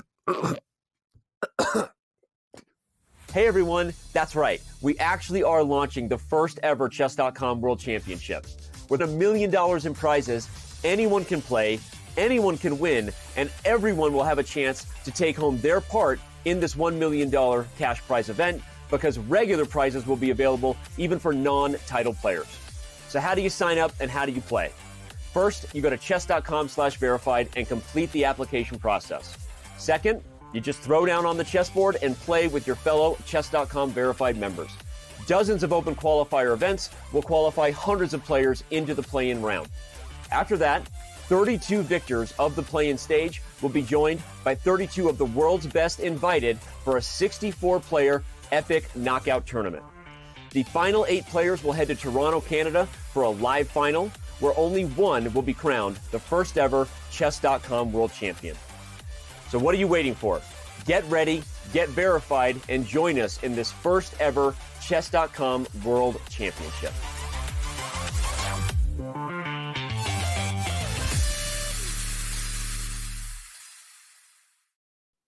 Welcome back to the Rapid Chess Championship presented by Coinbase. The last round is underway. We already have some results. Predictably, Hikaru Nakamura forcing a draw against David Navarra, who we haven't talked about as much, but David has quietly, in a low-key fashion, crept up to 6 points out of 9. So David Navarra is very likely to punch his own ticket into the RCC Sunday knockout. Hikaru sits atop the tournament with 6.5 out of 9. He is the first official qualifier. Other results, Vidit making a quick draw as well. Vidit drawing Alexi Serrana. So they are both on 6 out of 9 as well. So they are very likely to qualify too. So 4 spots are already taken. There are a couple of players with 5.5 in particular. We've got Jaspem playing against Daniel Dubov. Now, this is really interesting because for Dubov, he is not satisfied with the draw. Jaspem is happy to accept a draw. That means he's going to have 6 points, but Dubov essentially needs to win. So we remind you that in past RCCs, generally what happens is that there are 6 or 7 players with 6 out of 9 who qualify or more. In this case, Hikaru has 6.5. And then there are 1 or 2 players with 5.5 who have exceptionally good tie breaks, but you cannot rely on the fact that you're going to have 5.5, right? In Dubov's shoes, he might make a draw and get lucky, but he's not going to rely on that, and he's going to play for a win. But I'm not sure that he's got the greatest position with which to play for a win. It's already an endgame. He's got a slightly deficient queenside pawn structure. So I think Jose is doing everything right, going very solid and going for an equal endgame. But if we rewind a little bit earlier, I thought that for Jose, he should have thrown in 95 while he had a chance. 95 would have ensured that he can get the bishop pair. And with a bishop pair in such a position, I just don't see White losing the game at all. So instead, he went for castle's queenside, allowing Daniel Dubov a chance to shut down the knight with the move f6. Now the knight on f3 is super restricted, and Dubov could continue expanding in the center, and he does with the move e65. And I think the worst is behind him. I actually think Daniel Dubov might even be for choice after something like king f7, maybe get his rooks into the game with rook e8 and rook b8. I don't love the way that Jaspem has just played this. I feel like Dubov has given himself quite some chances here in this endgame. This is going to be a very, very important game to decide the tournament standings. And Jose, even with a loss, is going to give himself some chances because his tie breaks are obviously very good. He has been atop the tournament standings throughout almost the entire tournament. So this game is one to keep an eye on. Another important game, Jeffrey facing off against Dmitry Andreikin. And we've got the exact same situation here where Dmitry is more than happy with a draw, but he's losing the grip. He's losing control of the game. What is happening here? 16 moves in and he's already lost. And after knight c4 to e3, he's down a pawn. He's got an incredibly weak king, and something like this could happen. And now he has to force a transition into a totally lost endgame. Jeffrey Zhang is Dmitry Andreykin's kryptonite. You might remember 3 weeks ago, Jeffrey crushing Dmitry in exactly the same opening. This was a delayed Alep, and this is exactly what they had in that Sunday knockout game, where Jeffrey checkmated Dmitry in just a couple of moves in the middle game. He's played 93. Dmitry is losing his mind here. Rook AD1. Rook AD1 is going to pin the bishop. The rook is hanging. Jeffrey Zhang is going to win a miniature here against Andreykin. And what an incredible turn of events here. This is not how Dmitry Andreykin ever goes down. You just don't see this. And Rook AD1 wins the game. Rook AD1 is the game winner. Rook AD1, Rook AD8. And now what happens? Well, bishop takes d3, rook takes 3, knight g4. And the reason this is so devastating is because after queen g7, rook takes d3, you cannot take back because you get checkmated on the back rank. This is an elementary sequence that Jeffrey is undoubtedly going to see. He's taking his time. You can sense the wheels turning. As you can see, Dmitry, he looks calm, but he always looks calm. I can assure you that on the inside, he cannot believe what just happened. We are only 17 moves in. He's played rook a8. Jeffrey's going to snag this bishop on d3, and Dmitry simply cannot take back. It is all over. What an insane game as Jeffrey Zhang is going to move to 6 out of 9, putting Dmitry in dire straits. Dmitry needs to get very, very lucky now to qualify with 5.5. This might actually be one of the first times in RCC history thus far that Dmitry Andreykin has failed to qualify for the top 8, assuming that his tiebreakers are not exceptional. So Jeffrey, we're waiting whether he will see bishop takes d3. If he sees that move, he wins the game. He punches his ticket into the final. Let's see if Jeffrey finds bishop takes d3. As he's thinking, I'm just going to turn the air conditioning on because this takes a lot of energy. I need cold. Okay. Jeffrey continues to think he knows that RCC qualification, a lot of money is riding on whether Jeffrey is able to find the move bishop takes d3. I mean, a lot of it. So he's double checking, he's triple checking. He might be thinking this is too good to be true. Dmitry Andreykin never loses like this. So once again, the move is bishop takes d3, rook takes d3, knight g4, intermezzo, attacking the queen, right? It doesn't matter where the queen moves because the white queen is protected by the knight with check. Rook takes d3, and if you take the queen, knight takes h6, and white is up a full rook. And he's done it. He's done it. Knight g4, and the game is over. Or knight d5. It doesn't even matter anywhere. And rook e8 is totally decisive. He's gone for the flashy move, knight d5. What a move by Jeffrey. And it's all over.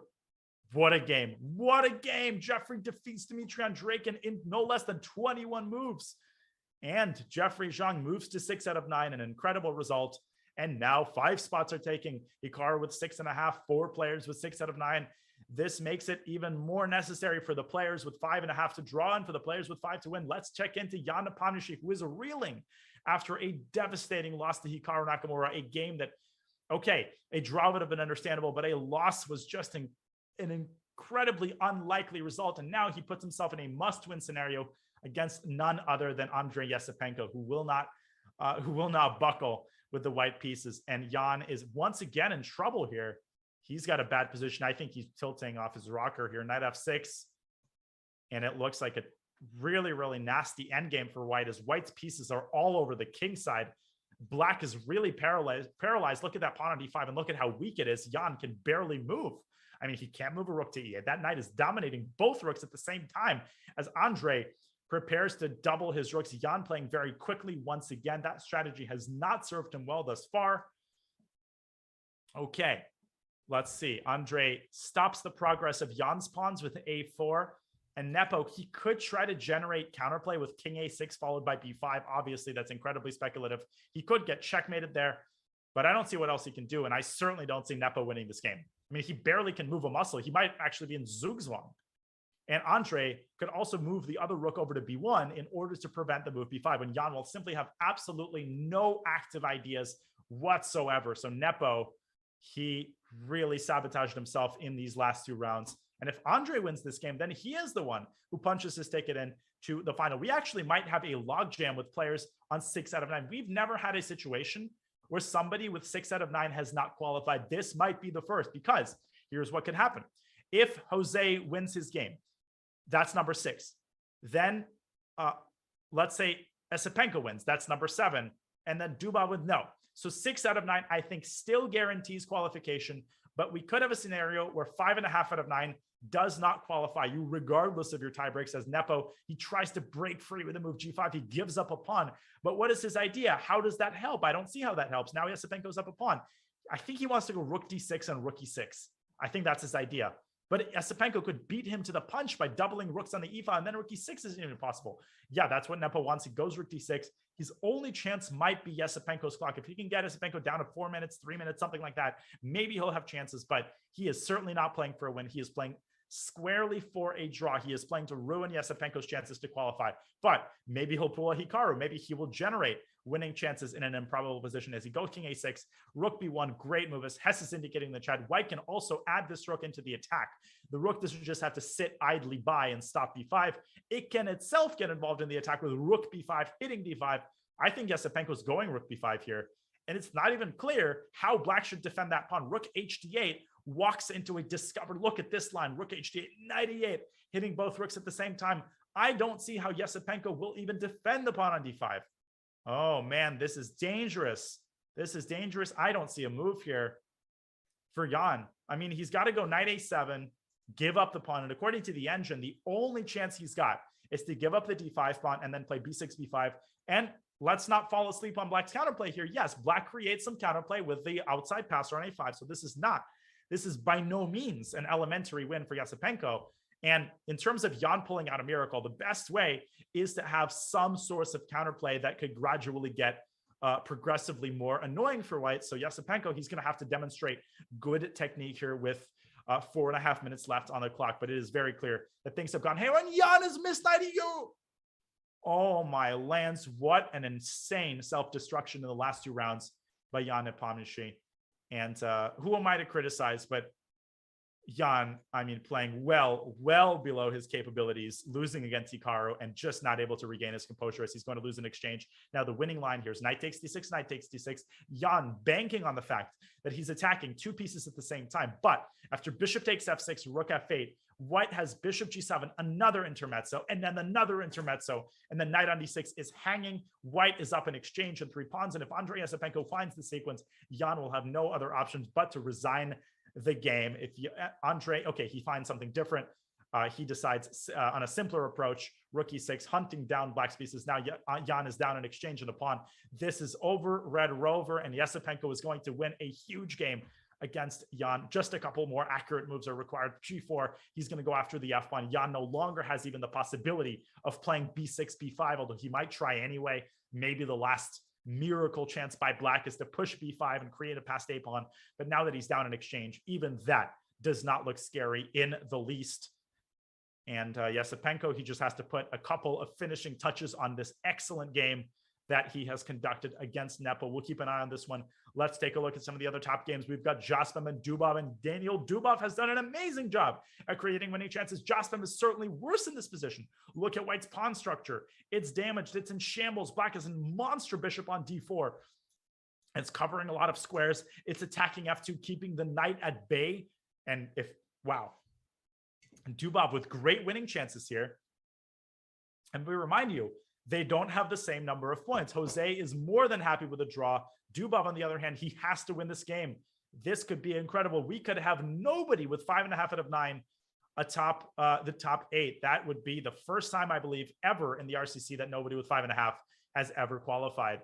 Okay, so f4 by Jose, trying to undermine the bishop, but Dubov is going to ignore him. Rook b2. Oh, he walked into rook b2. He walked into rook b2.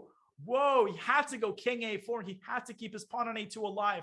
But Jose, he's losing this. Bishop takes e5 now. F takes e5 would allow counterplay with rook b1 and rook b7. Dubov, very important moment. He has to find bishop takes e5.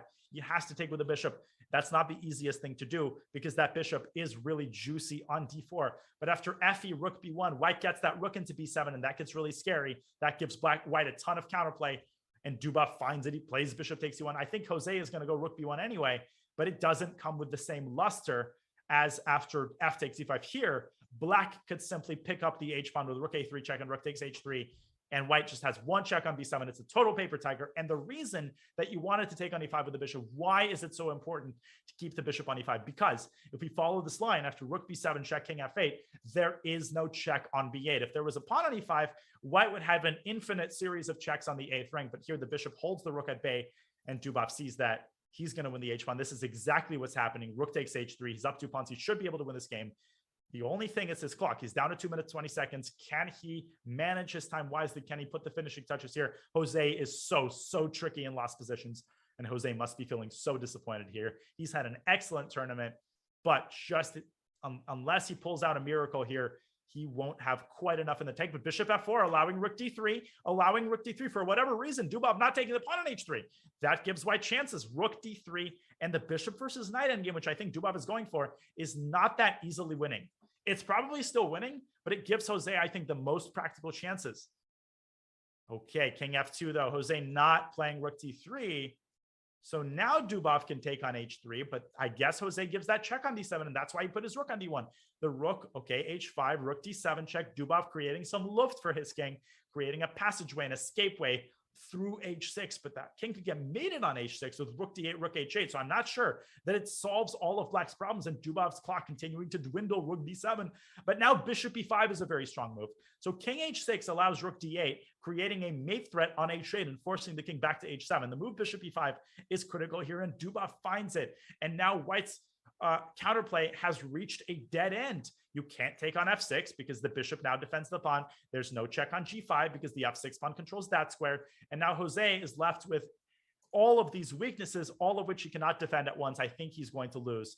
I think his counterplay is starting to reach its end, and Dubov has left himself with a good amount of time with which to convert this position. Jose will try his best, but I don't see a way that he can prolong his resistance. After king g2, there's the very nasty move, rook a3 to e3, dislodging the knight, followed by a check on g3. This would be a huge win on demand with the black pieces against none other than Jose by Daniil Dubov. Last attempt by Jose to get counterplay. Great move. Knight c5, trying to worm his way, chiseling his way into e6. One last attempt to coordinate his tandem and create counterplay against the black king, but the simple cold-blooded rook g3, it defends everything. Rook d8, and now Dubov can start pushing his h1. h4 is winning here. You can see the eval bar creeping up all the way. It's +6 after h4. Jose just has a series of meaningless checks. He plays it. Dubov continuing to play actively, but his clock continues to dwindle. Can Jose get him under a minute?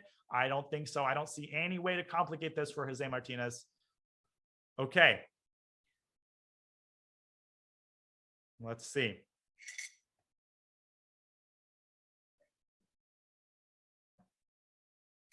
Apparently, I'm being told in the chat, I made a grave error. I apologize. Apparently, in week 6, people with 5.5 didn't qualify as well. So my apologies for that correction. But I will amend my statement and say that 5.5 usually qualifies at least one person. Okay, I hope that's a little bit more accurate. But today we're going to have one of those anomalies, it appears, maybe, where 5.5 will not qualify. Okay. Rook g2 check as Dubov continues to put his finishing touches. Okay, I guess it's fairly more common. I apologize. Scrap what I said. Sometimes 5.5 doesn't qualify. Okay, so rook a2, I suppose, followed by h2. And this is over. I mean, 51 seconds. Dubov has played this so quickly. It seems like he has an eternity of time. Yes, I don't know how this commentary can continue after I've made this terrible error, but Dubov is just a beast. I mean, he wins a much worse endgame. And let's rewind for a second as Jose continues to ponder, continues to try to desperately continue the resistance, but it's all over. That moment when Jose rushed with castle's queenside, that was the key moment. He should have played knight e5. That's pretty much an autumn move that should be played automatically. By not playing it, that knight on f3 had never found a safe home again. And ever since then, things have been going downhill. Dubov, he's going to give a check. He's going to pick up white's rook, and the game is going to be over. And it's all over. I mean, that's it. Upper rook, 38 seconds. And Daniil Dubov punches his ticket. Spot number 6 is taken by Jeffrey. And Jeffrey able to pull out a draw in his game. He's got 6. There are 2 more spots up for grabs. And one of them is going to be grabbed by Daniil Dubov.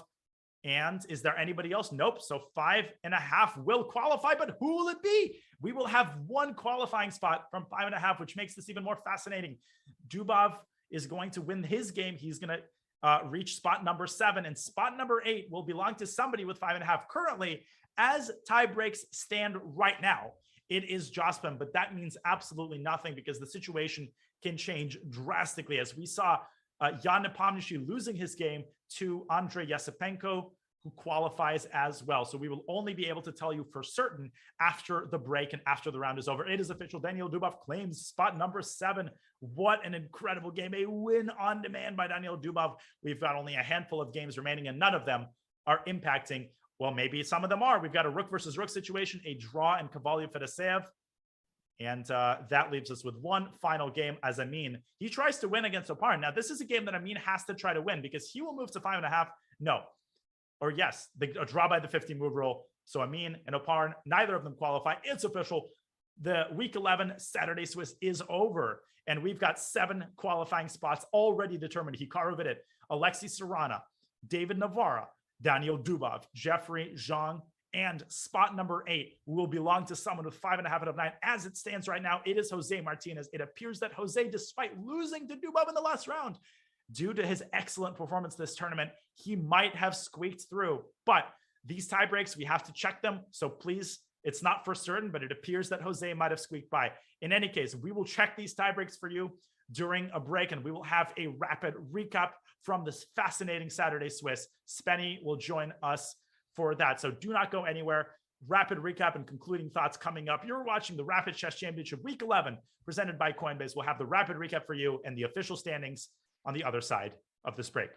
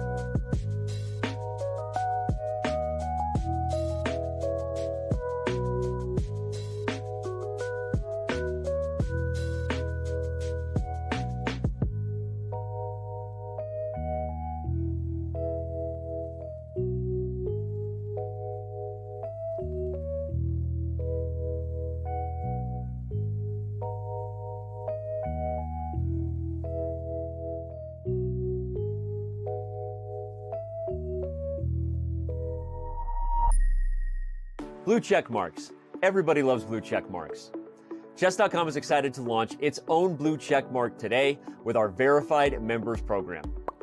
And for the first time, for any online platform anywhere, there will be a transparent and clear process to how you become verified and get that blue check mark.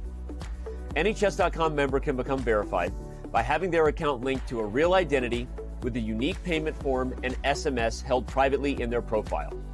Most importantly, applicants must pass a comprehensive fair play screening in order to get verified. All right, but besides the blue check mark, why should you become verified? First and foremost, all verified players are eligible to play in the Chess.com World Championship.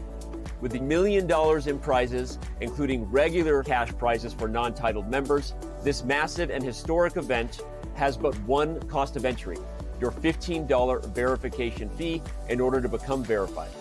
Additionally, other verified benefits will include access to regular verified-only events, listing on verified-only leaderboards, priority pairings against other verified-only members, and more. To learn more about how to become verified, if you're watching this during one of our live shows, use the command verified in chat. Or if you're watching it anywhere else, go to chess.com/verified today and go get that beautiful butterfly. Blue check mark.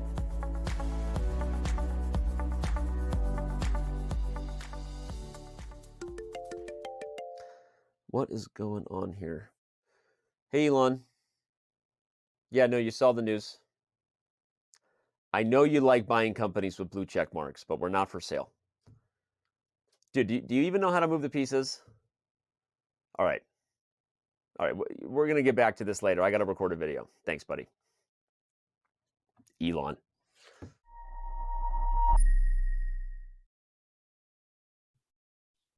Welcome back to the Rapid Chess Championship presented by Coinbase. Another scintillating Saturday Swiss is in the books. I can't believe we've already had 11 weeks of this. The top 8 have been determined, and to draw some concluding thoughts and for our Coinbase rapid recap for the Saturday Swiss, we have once again Spenny Thompson in the studio. Spenny, first of all, thank you for all of your insights thus far in the broadcast. It's been awesome. And thank you for joining us for the rapid recap. The game that we chose was Jeffrey Zhang's last round dogfight against Dmitry Andreikin. There was a lot riding on this game as both sides essentially needed not to lose. Jeffrey needed to win and Dmitry needed to draw for qualification. And Spenny, Jeffrey defeated Dmitry a couple of weeks ago. Do you feel like that created a psychological effect on Dmitry right off the bat? Oh, it's gotta. I mean, the head-to-head history, it plays so much into it. This is as much a game of psychology as it is of strategy. So I know I personally, when I'm playing someone that I have lost to recently or that I've won against recently, it does affect your kind of mindset going in. Do you personally feel if you've lost to a player, do you feel like now you're ready for revenge, or now you're like, oh, if they beat me once, what's to stop them from constantly beating me? How do you feel about that? It's a mixture of both. And I think to tie it into this game specifically, Jeffrey also played the exact same opening that he played in their first game, this delayed Alapin that you see on the board. And I feel like that brings out these here we go again sentiments, like, oh, I'm playing him again, ugh. And I feel like that really plagued Dmitry from the outset. Now, the opening went fine. So a trade on D5, pretty peaceful. Spenny, I don't know if you have any exposure to this opening given your repertoire. I'm not a huge fan of this for black. What do you think? Well, I should preface, my ELO is 2000, but I have the opening knowledge of about a 12 or 1300. So you'll have to forgive me. Yeah.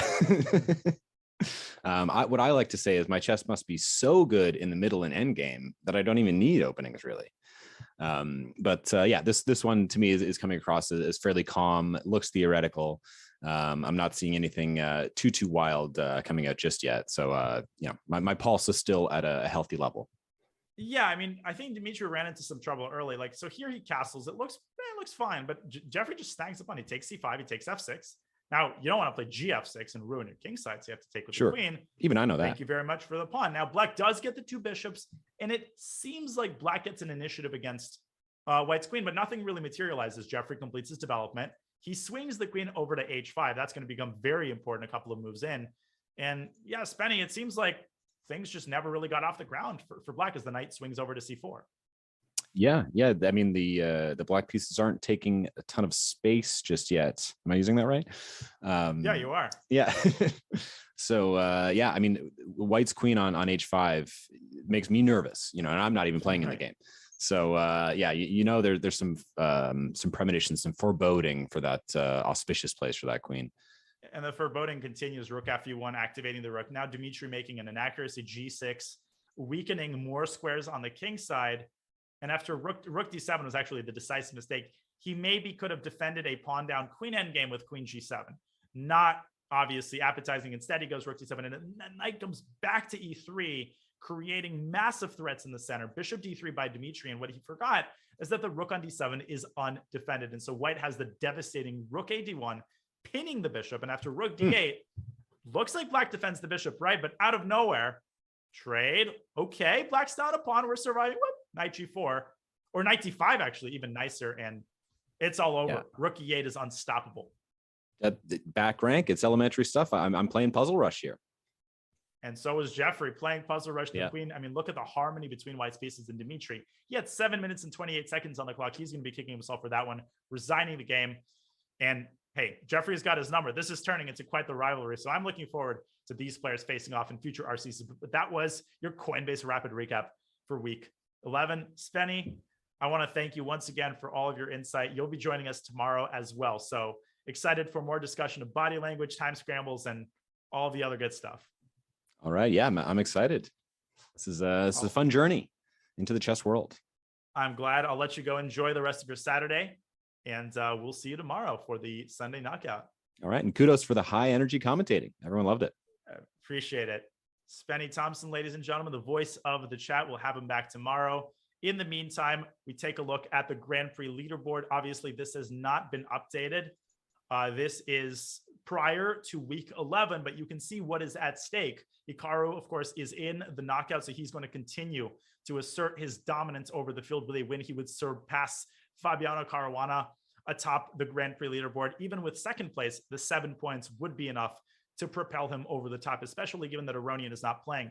Who else has qualified? You can see Jeffrey Zhang, Jose Martinez, who squeaked by in 8th place. For them, it's going to be incredibly important to put in a decent showing to solidify their place atop the top 12. So that's what's at stake. We want to remind you of the format. Tomorrow, it is an 8-player single elimination. We've announced the 8 players who've qualified. The biggest difference is that it's 10 plus 2. There is a 2-second increment that is added to the time control tomorrow. So time scrambles are still very prevalent, but not quite as crazy. If the game is drawn, then a 3+2 game will play. If that is drawn, a bullet game, 1+1. And if that is drawn, we've already had a couple of Armageddons. Armageddon is where the action is at. So you do not want to miss the Sunday knockout. Each and every one of them thus far has been nothing short of scintillating. And speaking of scintillating, one more Saturday Swiss is in the books. 8 more incredibly amazing players are in. David Navarro will be making his first appearance in the Sunday knockout, as I think will Andrei Yesipenko. So we are very excited to see these new players, these new faces, try to assert their dominance and put in a good showing tomorrow. But they will have to meet with the ultimate boss, Hikaru Nakamura, who will try to grab control of the Grand Prix leaderboard over Fabiano Caruana. There is a lot at stake tomorrow, but for now, it has come time to wrap up today's coverage. I want to thank everybody in the chat for participating and cheering on your favorite player. The chat's energy is infectious, and it helps me feel more enthusiastic. Although I have the easiest job in the world. I get to watch Hikaru and Vidit and Serrana and get excited about their games. So it's been a lot of fun.